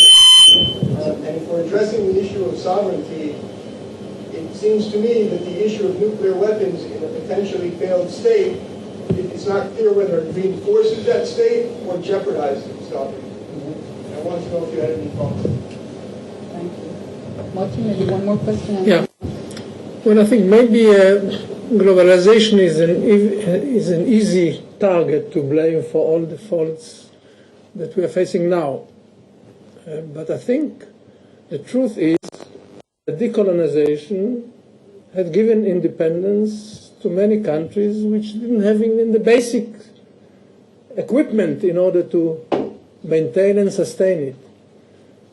Some of it was objective. I mean, a country like Congo, I mean, it was, on the one hand, you've got a vast country with vast variety of people, and yet an elite which could hardly run a village. So objectively, this country had no right to exist as a sovereign state.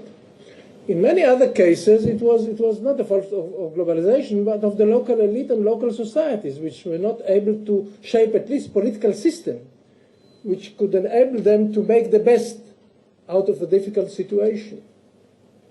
Now, as long as there was the Cold War, then both sides had an interest to keep the proxies afloat. And once these interests have disappeared, then the full truth has come to the fore. But it was there all the time. I, as an Africanist, saw it before the globalization. But most Africans did not. They only saw it when it happened. No, I fully agree. Two major sources to the failed state phenomena. One is globalization, as Kale pointed out, but I think the other one, the more immediate one, is the end of the Cold War. And definitely the end of superpower support for their clients was a major reason for the emergence of the failed state phenomena. because they help maybe artificially to maintain these states because of their realpolitik interest. But once they ended, they collapsed. Back to you. There's no question that the end of the Cold War really made globalization into a global phenomenon. And one could ask the question if it would have had this, if the same processes would have occurred without the end of the Cold War, because it is quite true that the balance of power, the superpowers, played their own roles in each area and maintained what they maintained. That's absolutely the case. But I think what did happen is that globalization then, in many ways, you could say, aggravated the situation. The break that made many more things. If you simply take the structural adjustment policies that were applied in the African states, or the third world altogether, the breakdown in social cohesion, the economic changes that came about as a result of globalization, the demands for privatization and reduction of the public sector, and the blow to central authority and central services, safety nets. There's so many phenomena that came as a result of globalization on top of your weaknesses. I would definitely agree. Even in a state like Yugoslavia, where you could say, yes, of course, you had these national differences all along. They were there. They were seething under. But and there are those who'll say it was the death of Tito that brought it all out, because that's what we expected. But it wasn't. It was, in fact, the economic dislocations that occurred, and the unemployment, and the inflation, and then your competition amongst elites for power. You had other forces operating. Or even if you simply take the greater awareness in terms of exposure, in terms of travel, in terms of the internet, whatever, that brought certain grievances to the fore. If you take privatization and the battle over resources in a place like Nigeria, I mean, there are just so many elements here that are a result of globalization that, yes, maybe if you're talking about a strong industrialized state, they have no problem in handling these things. And that's where you get back to your failed state or your weak state. And it's true, there was talk about the failure of the state in Africa long before globalization. But I think globalization has played an enormous role in what has happened. My point, of course, was to say that at the same time, it has also, while it's facilitated many of these negative aspects, it's also opened some opportunities for dealing with these very same problems that they've created.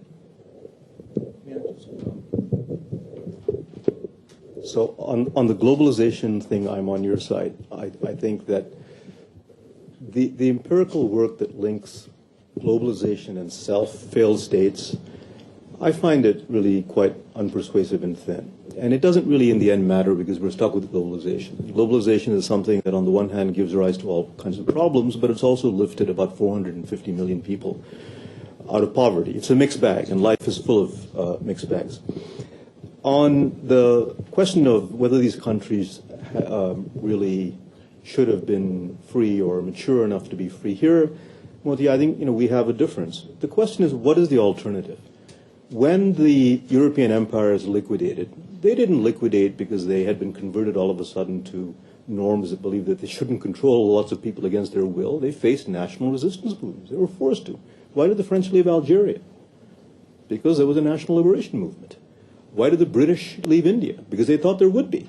At some point, the Western idea, going back to the 18th century, of nationalism spread, and the man and woman in Asia and Africa and Latin America said, if it's good enough for you, why not for us?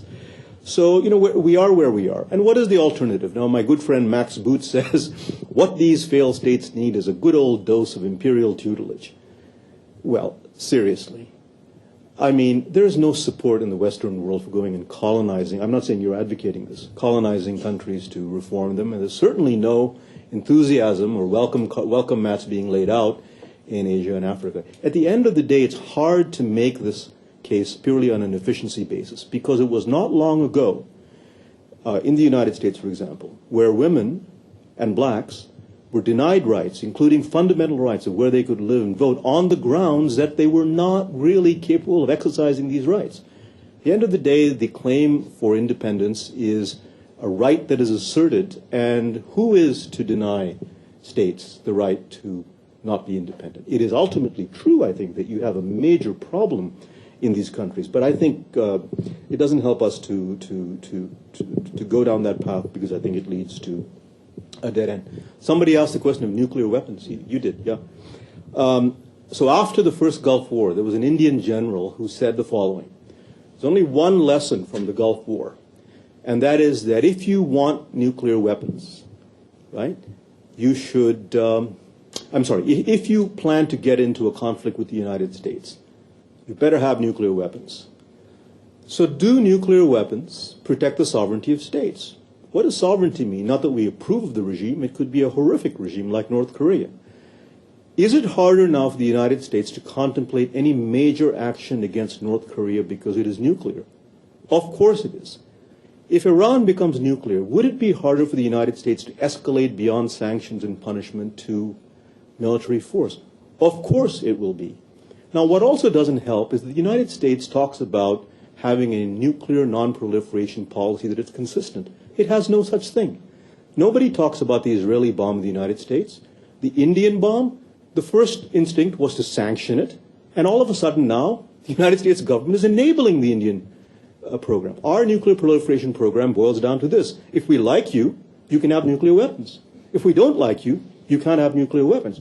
We're still left with the problem of Ahmadinejad. Who knows what he's doing? And I completely understand the feelings of people in Israel who believe that the Iranian bomb poses a nuclear threat, an existential threat. I have no quarrel with that. But the fact of the matter is that if you want a consistent non-proliferation policy, you're obliged to have the world's leading power show the way, not have one that is utterly selective.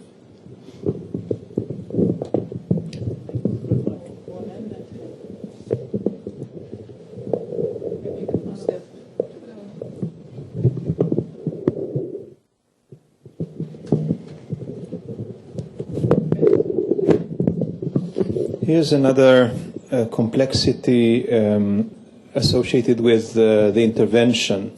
You were talking about corruption in both Afghanistan and Iraq, and we all know about that. What we don't know, and we seem to forget, because intervention creates this effect of a year zero, is that both countries were extremely corrupt before the intervention. Iraq, since the 90s especially, they used to sacrifice some scapegoats, but that was just the tip of the iceberg of the terrible corruption in Iraq. And Afghanistan of the Taliban, and even before the Taliban, was extremely corrupt.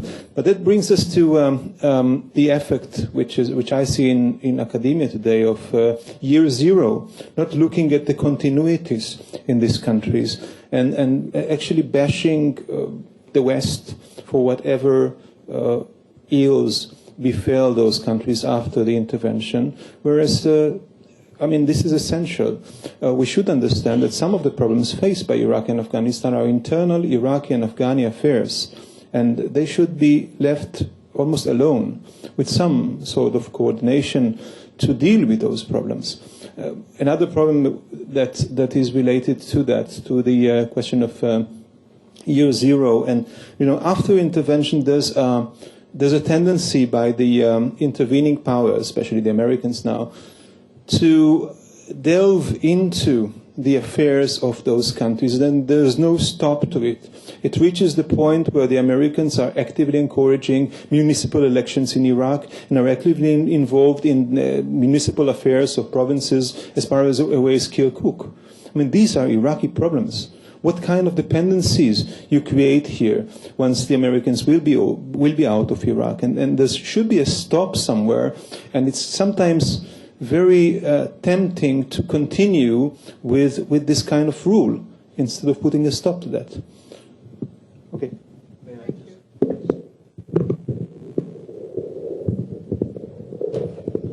So that question was directed to me, right? So let me say the following. Well, I mentioned corruption, so I'll sort of take the hit. I understand that corruption preceded the U.S. intervention in both Afghanistan and Iraq. I understand that corruption is a deep-seated problem and that the West is not to blame for it. That's not my point. My point is that when you engage in economic reconstruction, as you're obliged to do if you've destroyed large parts of a society, you pour large amounts of money into these countries and you exacerbate the problem of corruption.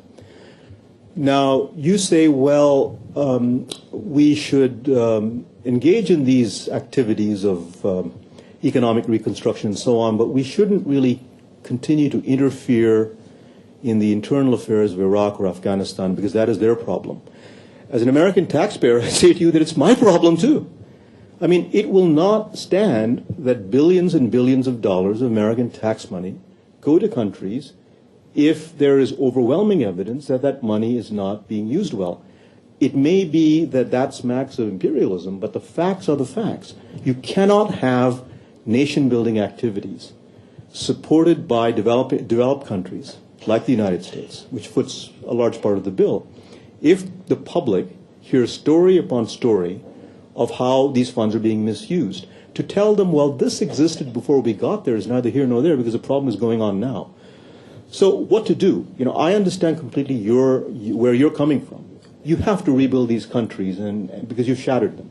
And if you don't rebuild them, there's no hope for any kind of meaningful reconstruction.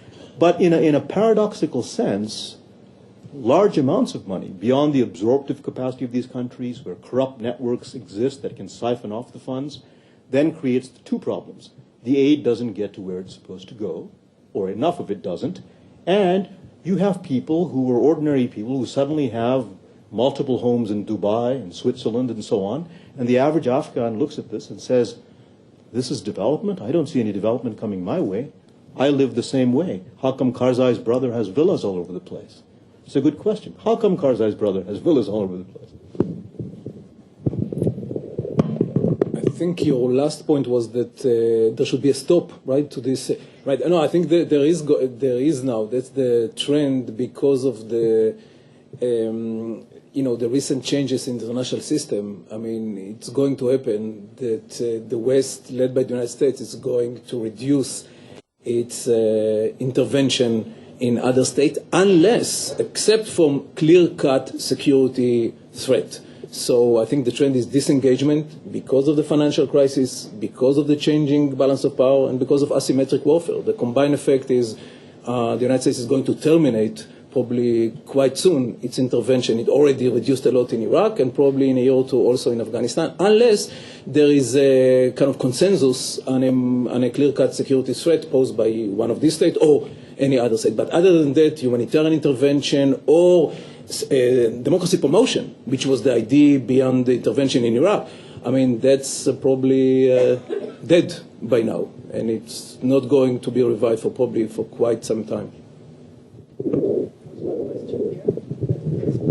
Just one word about corruption. I mean, if we're talking, we will ultimately get talking about peacekeeping and peacekeeping forces and so forth. I think one of the very basic things that the interventionist has to bear in mind, including even the good old humanitarian interventionist like I would support, is that it comes with corruption. That is to say, even to get your aid through, you have to pay off somebody. We saw this certainly in the 90s. It's only worse in a state where you have already chronic corruption, but even where you don't, you get a conflict situation that basically, in many cases, is powered or is fueled by criminal elements, or who emerge in this and then become dependent upon it. If you take a look at the various conflicts around the world where, including, by the way, Afghanistan, where they became totally dependent upon illegal trade, whether it's drugs or whatever. And then a whole culture has developed where you have corruption is not only built in, but people are totally dependent upon it. John, and then the three last questions. Very, very quick. There is also something, distorted when we speak about the corruption problem. Now, let's face facts. There certainly has been a lot of corruption in Afghanistan and Iraq. But these are countries, as you pointed out correctly, that have dealt with these problems for a long time. but the United States has been corrupt. If you do an accounting of the money that we have spent in both countries, enormous numbers of subcontractors, private security companies, have used money in ways that our own Inspector General says that he can't account for. So we have this sort of Orientalist notion of, well, those people are corrupt. We just had in the United States a massive financial catastrophe, as you know. I would say that in terms of dollars per capita, perhaps the United States is the most corrupt country on the planet. The 22nd, according to recent ranking of the level of corruption, the United States is in 22nd place. Well, the question is whether we're Israel is in the third. the question is whether we're too high on the ranking.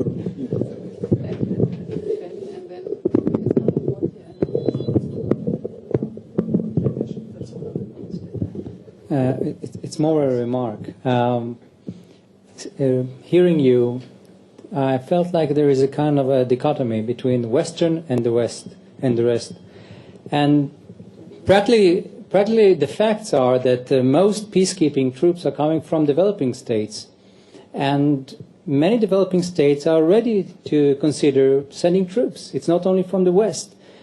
The main problems are actually a question of money and equipment. They don't have the ability to execute this kind of operation. This is why they ask for aid from the West.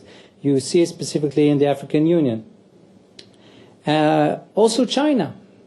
China, regarding many cases, claimed that she is not bluntly against what she sees as Western initiatives. She claimed that if there are any regional agreements and we can see that this is something that is viable and can work, it can support this kind of a Security Council resolution. And China also sending more and more troops to UN peacekeeping operation. I think the main thing is that most developing states claiming that there are no conditions, no criterions. And if I call from my PhD in 1994, they had a convention in Cairo, and they said, let's have criterions, because if we don't have criterions, then what we will see is that the West will advance their own initiative because they control the Security Council mechanism. So perhaps you can just elaborate on this. Shall we collect the last questions and then answer all of them together? Pass it on.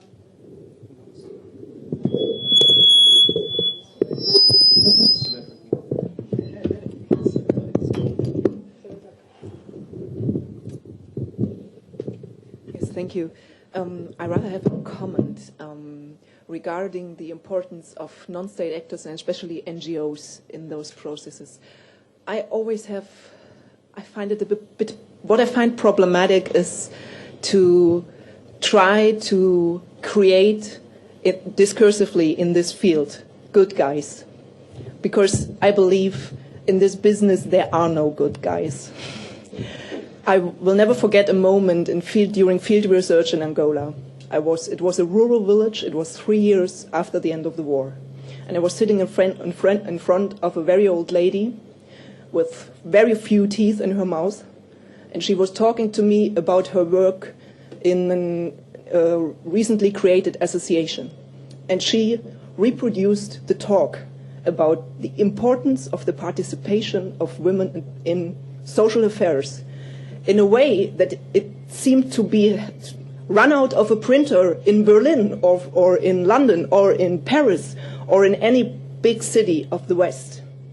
And this was a very awkward moment because what she said didn't seem to fit the situation. But on the other hand, those associations, those NGOs, they empowered women. This is something very important. But talking the way she talked, this woman also left something behind.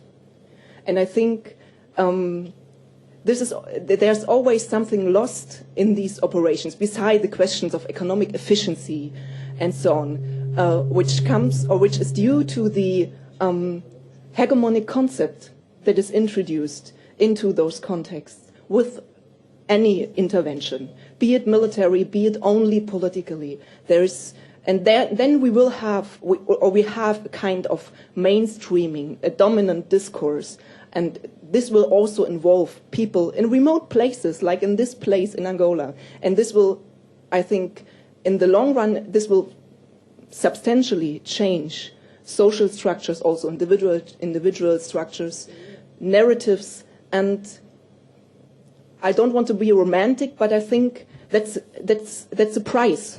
Maybe that's the price we will have to pay for, in trying a way to deal with these situations. But it is a price, and I think this shouldn't be neglected. And this is why I have always problems if one actor, be it an NGO, be it an enterprise or whatever, is stylized as somebody wearing a halo, because there aren't people with a halo within all this. Thank you. Okay, the two last questions, and then we will have to, after the answers, then we will have to leave for the first one, which we went to a little bit earlier. Maybe you can come over here. Thank you. I'm Christoph Bender of ESI, the European Stability Initiative. Enter the microphone. Okay, I'm Christoph Bender of the European Stability Initiative. That's a think tank. We look at Southeastern Europe and Turkey. I very much enjoyed listening to all three of you, and have one point following on your presentation on Bosnia. I very much appreciated listening to you and also share a lot of your skepticism. But I think on Bosnia one could be a bit more optimistic. I mean, if this is not success, what would be success in interventionism? I mean, when we look, okay, it costed quite some money. That's true. Yeah. But compared to what we spend in Iraq or Afghanistan, actually, it's peanuts, no? And the result is pretty good. Not on the economy, I agree, but that's also not what money was really spent on. When you look at demilitarization, now we had close to 200,000 men under arms at the end of the war. Now, this is basically completely dismantled. We have a professional force of 10,000 professional soldiers, one unified command. We have very, very little international soldiers left, most of them unmanned. I once asked one of them who was sitting in the province, said, what do you do when you have a security problem? He said, well, the first thing we do is we call the local police. If that doesn't work, we call the headquarters. We have very, very little violence. There's virtually no inter-ethnic violence anymore. In homicide rates, that's something you can compare quite easily between countries. Bosnia is about at the level of Switzerland. No, it's 3 times lower than, or 4 times lower than the Baltic states, not to mention the US. The threat of war, I think, is only something which is used by people who are trying to kind of grab international attention to get re-involved in Bosnia. Kind of using this argument, because you have to be you have to have a threat in order to draw the attention of the United States and Europe on Bosnia. But actually, I think there is really no substance to this. But what I'm asking myself is, when we have been you have been discussing this sequencing of interventionalism over the last 10, 15 years, I'm asking myself if Bosnia was not actually a turning point. We had after the Cold War, in the beginning of the 90s, we had Somalia, we had Rwanda, we had the first 3 years of Bosnia, and they were all extremely horrible. No? I mean, really kind of very painful to watch.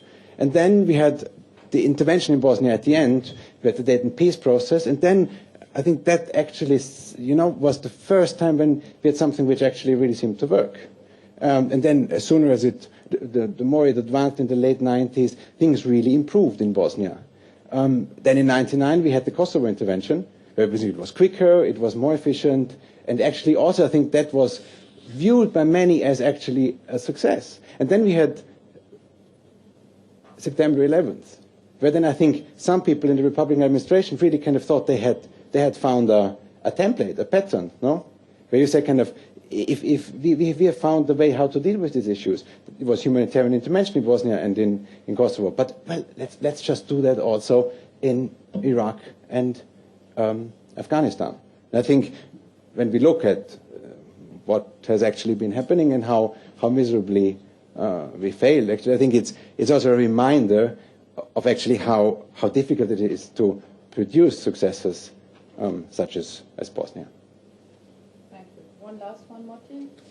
Well, I don't want to go into a debate, but in the case of Africa, the continent which I know a bit, In most cases, it wasn't a tremendous national urge which forced the colonialist power out. Maybe in Algeria, but in most Africa was liberated because the European powers didn't want to invest the efforts and the money in order to keep on governing and reforming gradually as they had intended. But besides this, I think I cannot find even a ray of hope from the discussion we've had here. I stick to my guns that most failed states are incapable internally of reforming themselves and fill sovereignty with real content. On the other hand, as you've shown so well, the international effort is either useless or counterproductive. So we are stuck with a terrible situation, and I cannot see any way out. By the way, I want to add something. You mentioned the woman in the village. I think if Africa still exists as a continent, it's because of the tremendous courage, resilience, and initiative of women. While they are busy surviving, the African males in power keep on destroying the societies.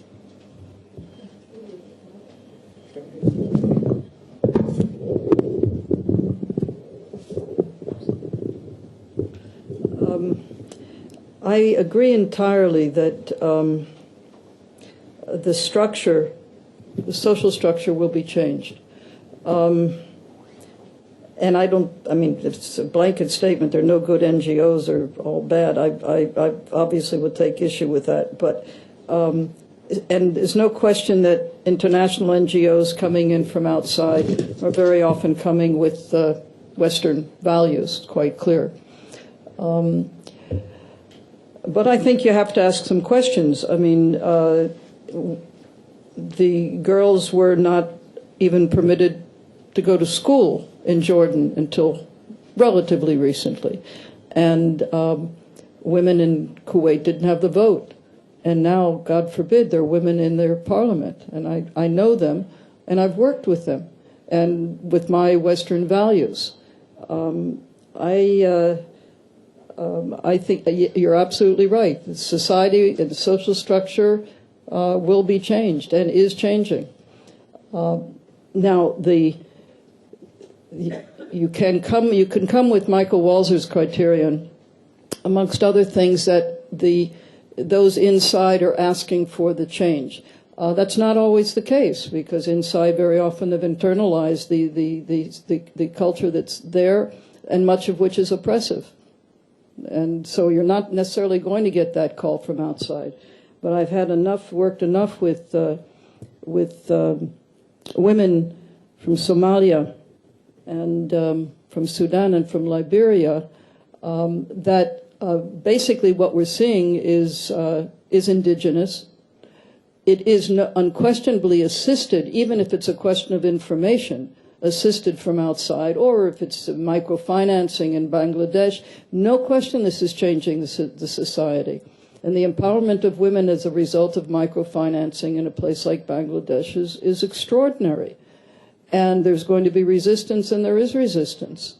But I happen to think, and I think a lot of women would consider that positive. A lot of men will think it's not positive. And you are changing the traditional society that was there. I think the only argument that we could certainly make is that you're coming in and it's an outside affair. But I think a great case can be made for opposing female mutilation, female circumcision, or for that matter, the denial of education, and so forth. I won't go on with it. Those are Western values, I agree, and they will change those societies. But I have rarely met a woman women who are active in these things in these countries who see that only as Western. So let me respond to your observation about Bosnia. would a Bosnian like to live in the world of Srebrenica or in today's world? No. So, in Bosnia, would a Bosnian like to live in the world of Srebrenica or this world? Unquestionably, there has been huge progress. But here are the facts. We've been into this for 16 years. There has been a huge amount of, since 1995, there has been a huge amount of international capital thrown into a country that in many respects was a highly developed society before the Civil War. My point is not that there are not cases where the glass is half full or even a substantial achievement, but I am one to look at this globally. How many such operations can exist, right? Many that will exist will not have the preconditions that made Bosnia relatively successful. So I don't take anything away. I mean, your argument is basically the Dick Holbrooke argument. This is the argument he makes. And hats off to him, and I think Bosnia has been brought back from the brink of hell. My question is not about single cases. It is the international phenomenon of this, of course. Now Moti, on colonialism, even if it were the case that there were some African states that in which there were not robust national movements that forced the European colonial powers out, let's have a discussion of what would have happened anyway, given the independence of Algeria, of India, of Indonesia, etc., etc. The urge for nationalism, I am absolutely convinced, would have spread to these countries. And I think it would have been impossible as an organizational matter, that is, which organization, or as a philosophical matter, to say to them, well, you can't have independence because we don't know that you can make the trains run on time, as Mussolini said. I think that would have been impossible. So the question really is, we are where we are, and this is the great difficulty. So there's no dialing the clock back, even if we assume that there would be a benign imperialism. Let me also say a word on behalf of the colonized. I mean, there is a sort of tendency to over-romanticize colonialism here, but let's not forget that the Irish potato famine in the mid-19th century, the Bengal famine, and countless atrocities also occurred under the imperial watch. So it all depends on what side of the telescope one sits. I mean, we're now in this imperial nostalgia to some degree, right? Thanks to the fact that many of our universities now are populated by British academics, perhaps. Niall Ferguson is the one who thinks that the United States should take on an imperial role. We can't even run our own country. How can we run another country? So I think this is the problem. I think inevitably the countries, even that did not have strong nationalist movements, over time would have demanded independence. I don't think the Western democracies could have continued to colonize them because of resistance locally and within their own societies. So the fact of the matter is, eventually we would be where we are, and we're not in a very happy place.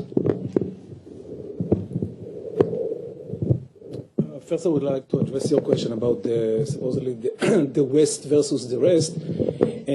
I think, yes, I mean, concerning the question of intervention which infringe upon sovereignty, yes, there is a clear distinction between the West versus the rest. Peacekeeping doesn't infringe upon sovereignty. Peacekeeping enhances sovereignty. Peacekeeping is based on the mutual consent of the local parties for international intervention, and it's designed to maintain the peace that was reached between them, among them, and then the Chinese and the less developed countries obviously support it. So there's any problem, there isn't any problem with peacekeeping. The problem is on two types of intervention. One, regime change, and the second one, humanitarian intervention against the wishes of the local government. For these two types of interventions, Chinese, Brazilians, Indians, and all the rest oppose very strongly, basically. That's the basic opposition. The West, at least to some degree and some period, supported it. So there is a clear-cut distinction between liberalism and Westphalian system. Liberalism is human rights. Westphalian system is state rights. So there is basic contradiction, and but because of due to pragmatic reasons, the West now changing its orientation, not because of changing values, but because of the cost, the high cost and the low benefits. So it's basically changing, and the humanitarian intervention is unlikely to happen, probably. Definitely not, and definitely not regime change and democratization. Then I would like also to comment finally about the Bosnia and the success. I think on the whole, definitely the two Balkans interventions are relatively successful in comparison to all the other interventions.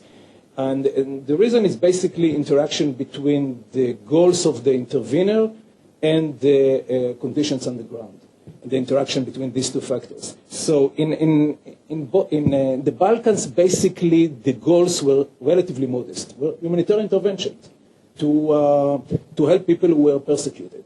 Not regime change and no major transformation and so on. Then later on there was certain development like Kosovo independence and so on, but basically the goals were relatively modest, whereas in Iraq and Afghanistan the goals were very extremely ambitious of transformation and so on. And secondly, the condition on the ground, I mean the neighborhood. The neighborhood in the Balkans and the broader neighborhood was very welcoming to this intervention, especially the EU, and the expectation of the local countries to join the EU eventually. So that helped eventually for the changing, even in Serbian government now, which is pro-Western and wish to join the EU. So that made it possible. In the neighborhood in Afghanistan and Iraq is extremely unwelcome to Western intervention, both inside these countries as well as in the broader neighborhood. So the likelihood of success, and especially ambitious success, was very low from the beginning, and definitely that was the outcome. Thank you very much. I think we need to stop now. Thank you for this very fruitful first evening, and see our guests tomorrow and the participants in a minute. The taxis will be downstairs and Riva will lead you. Thank you, Riva.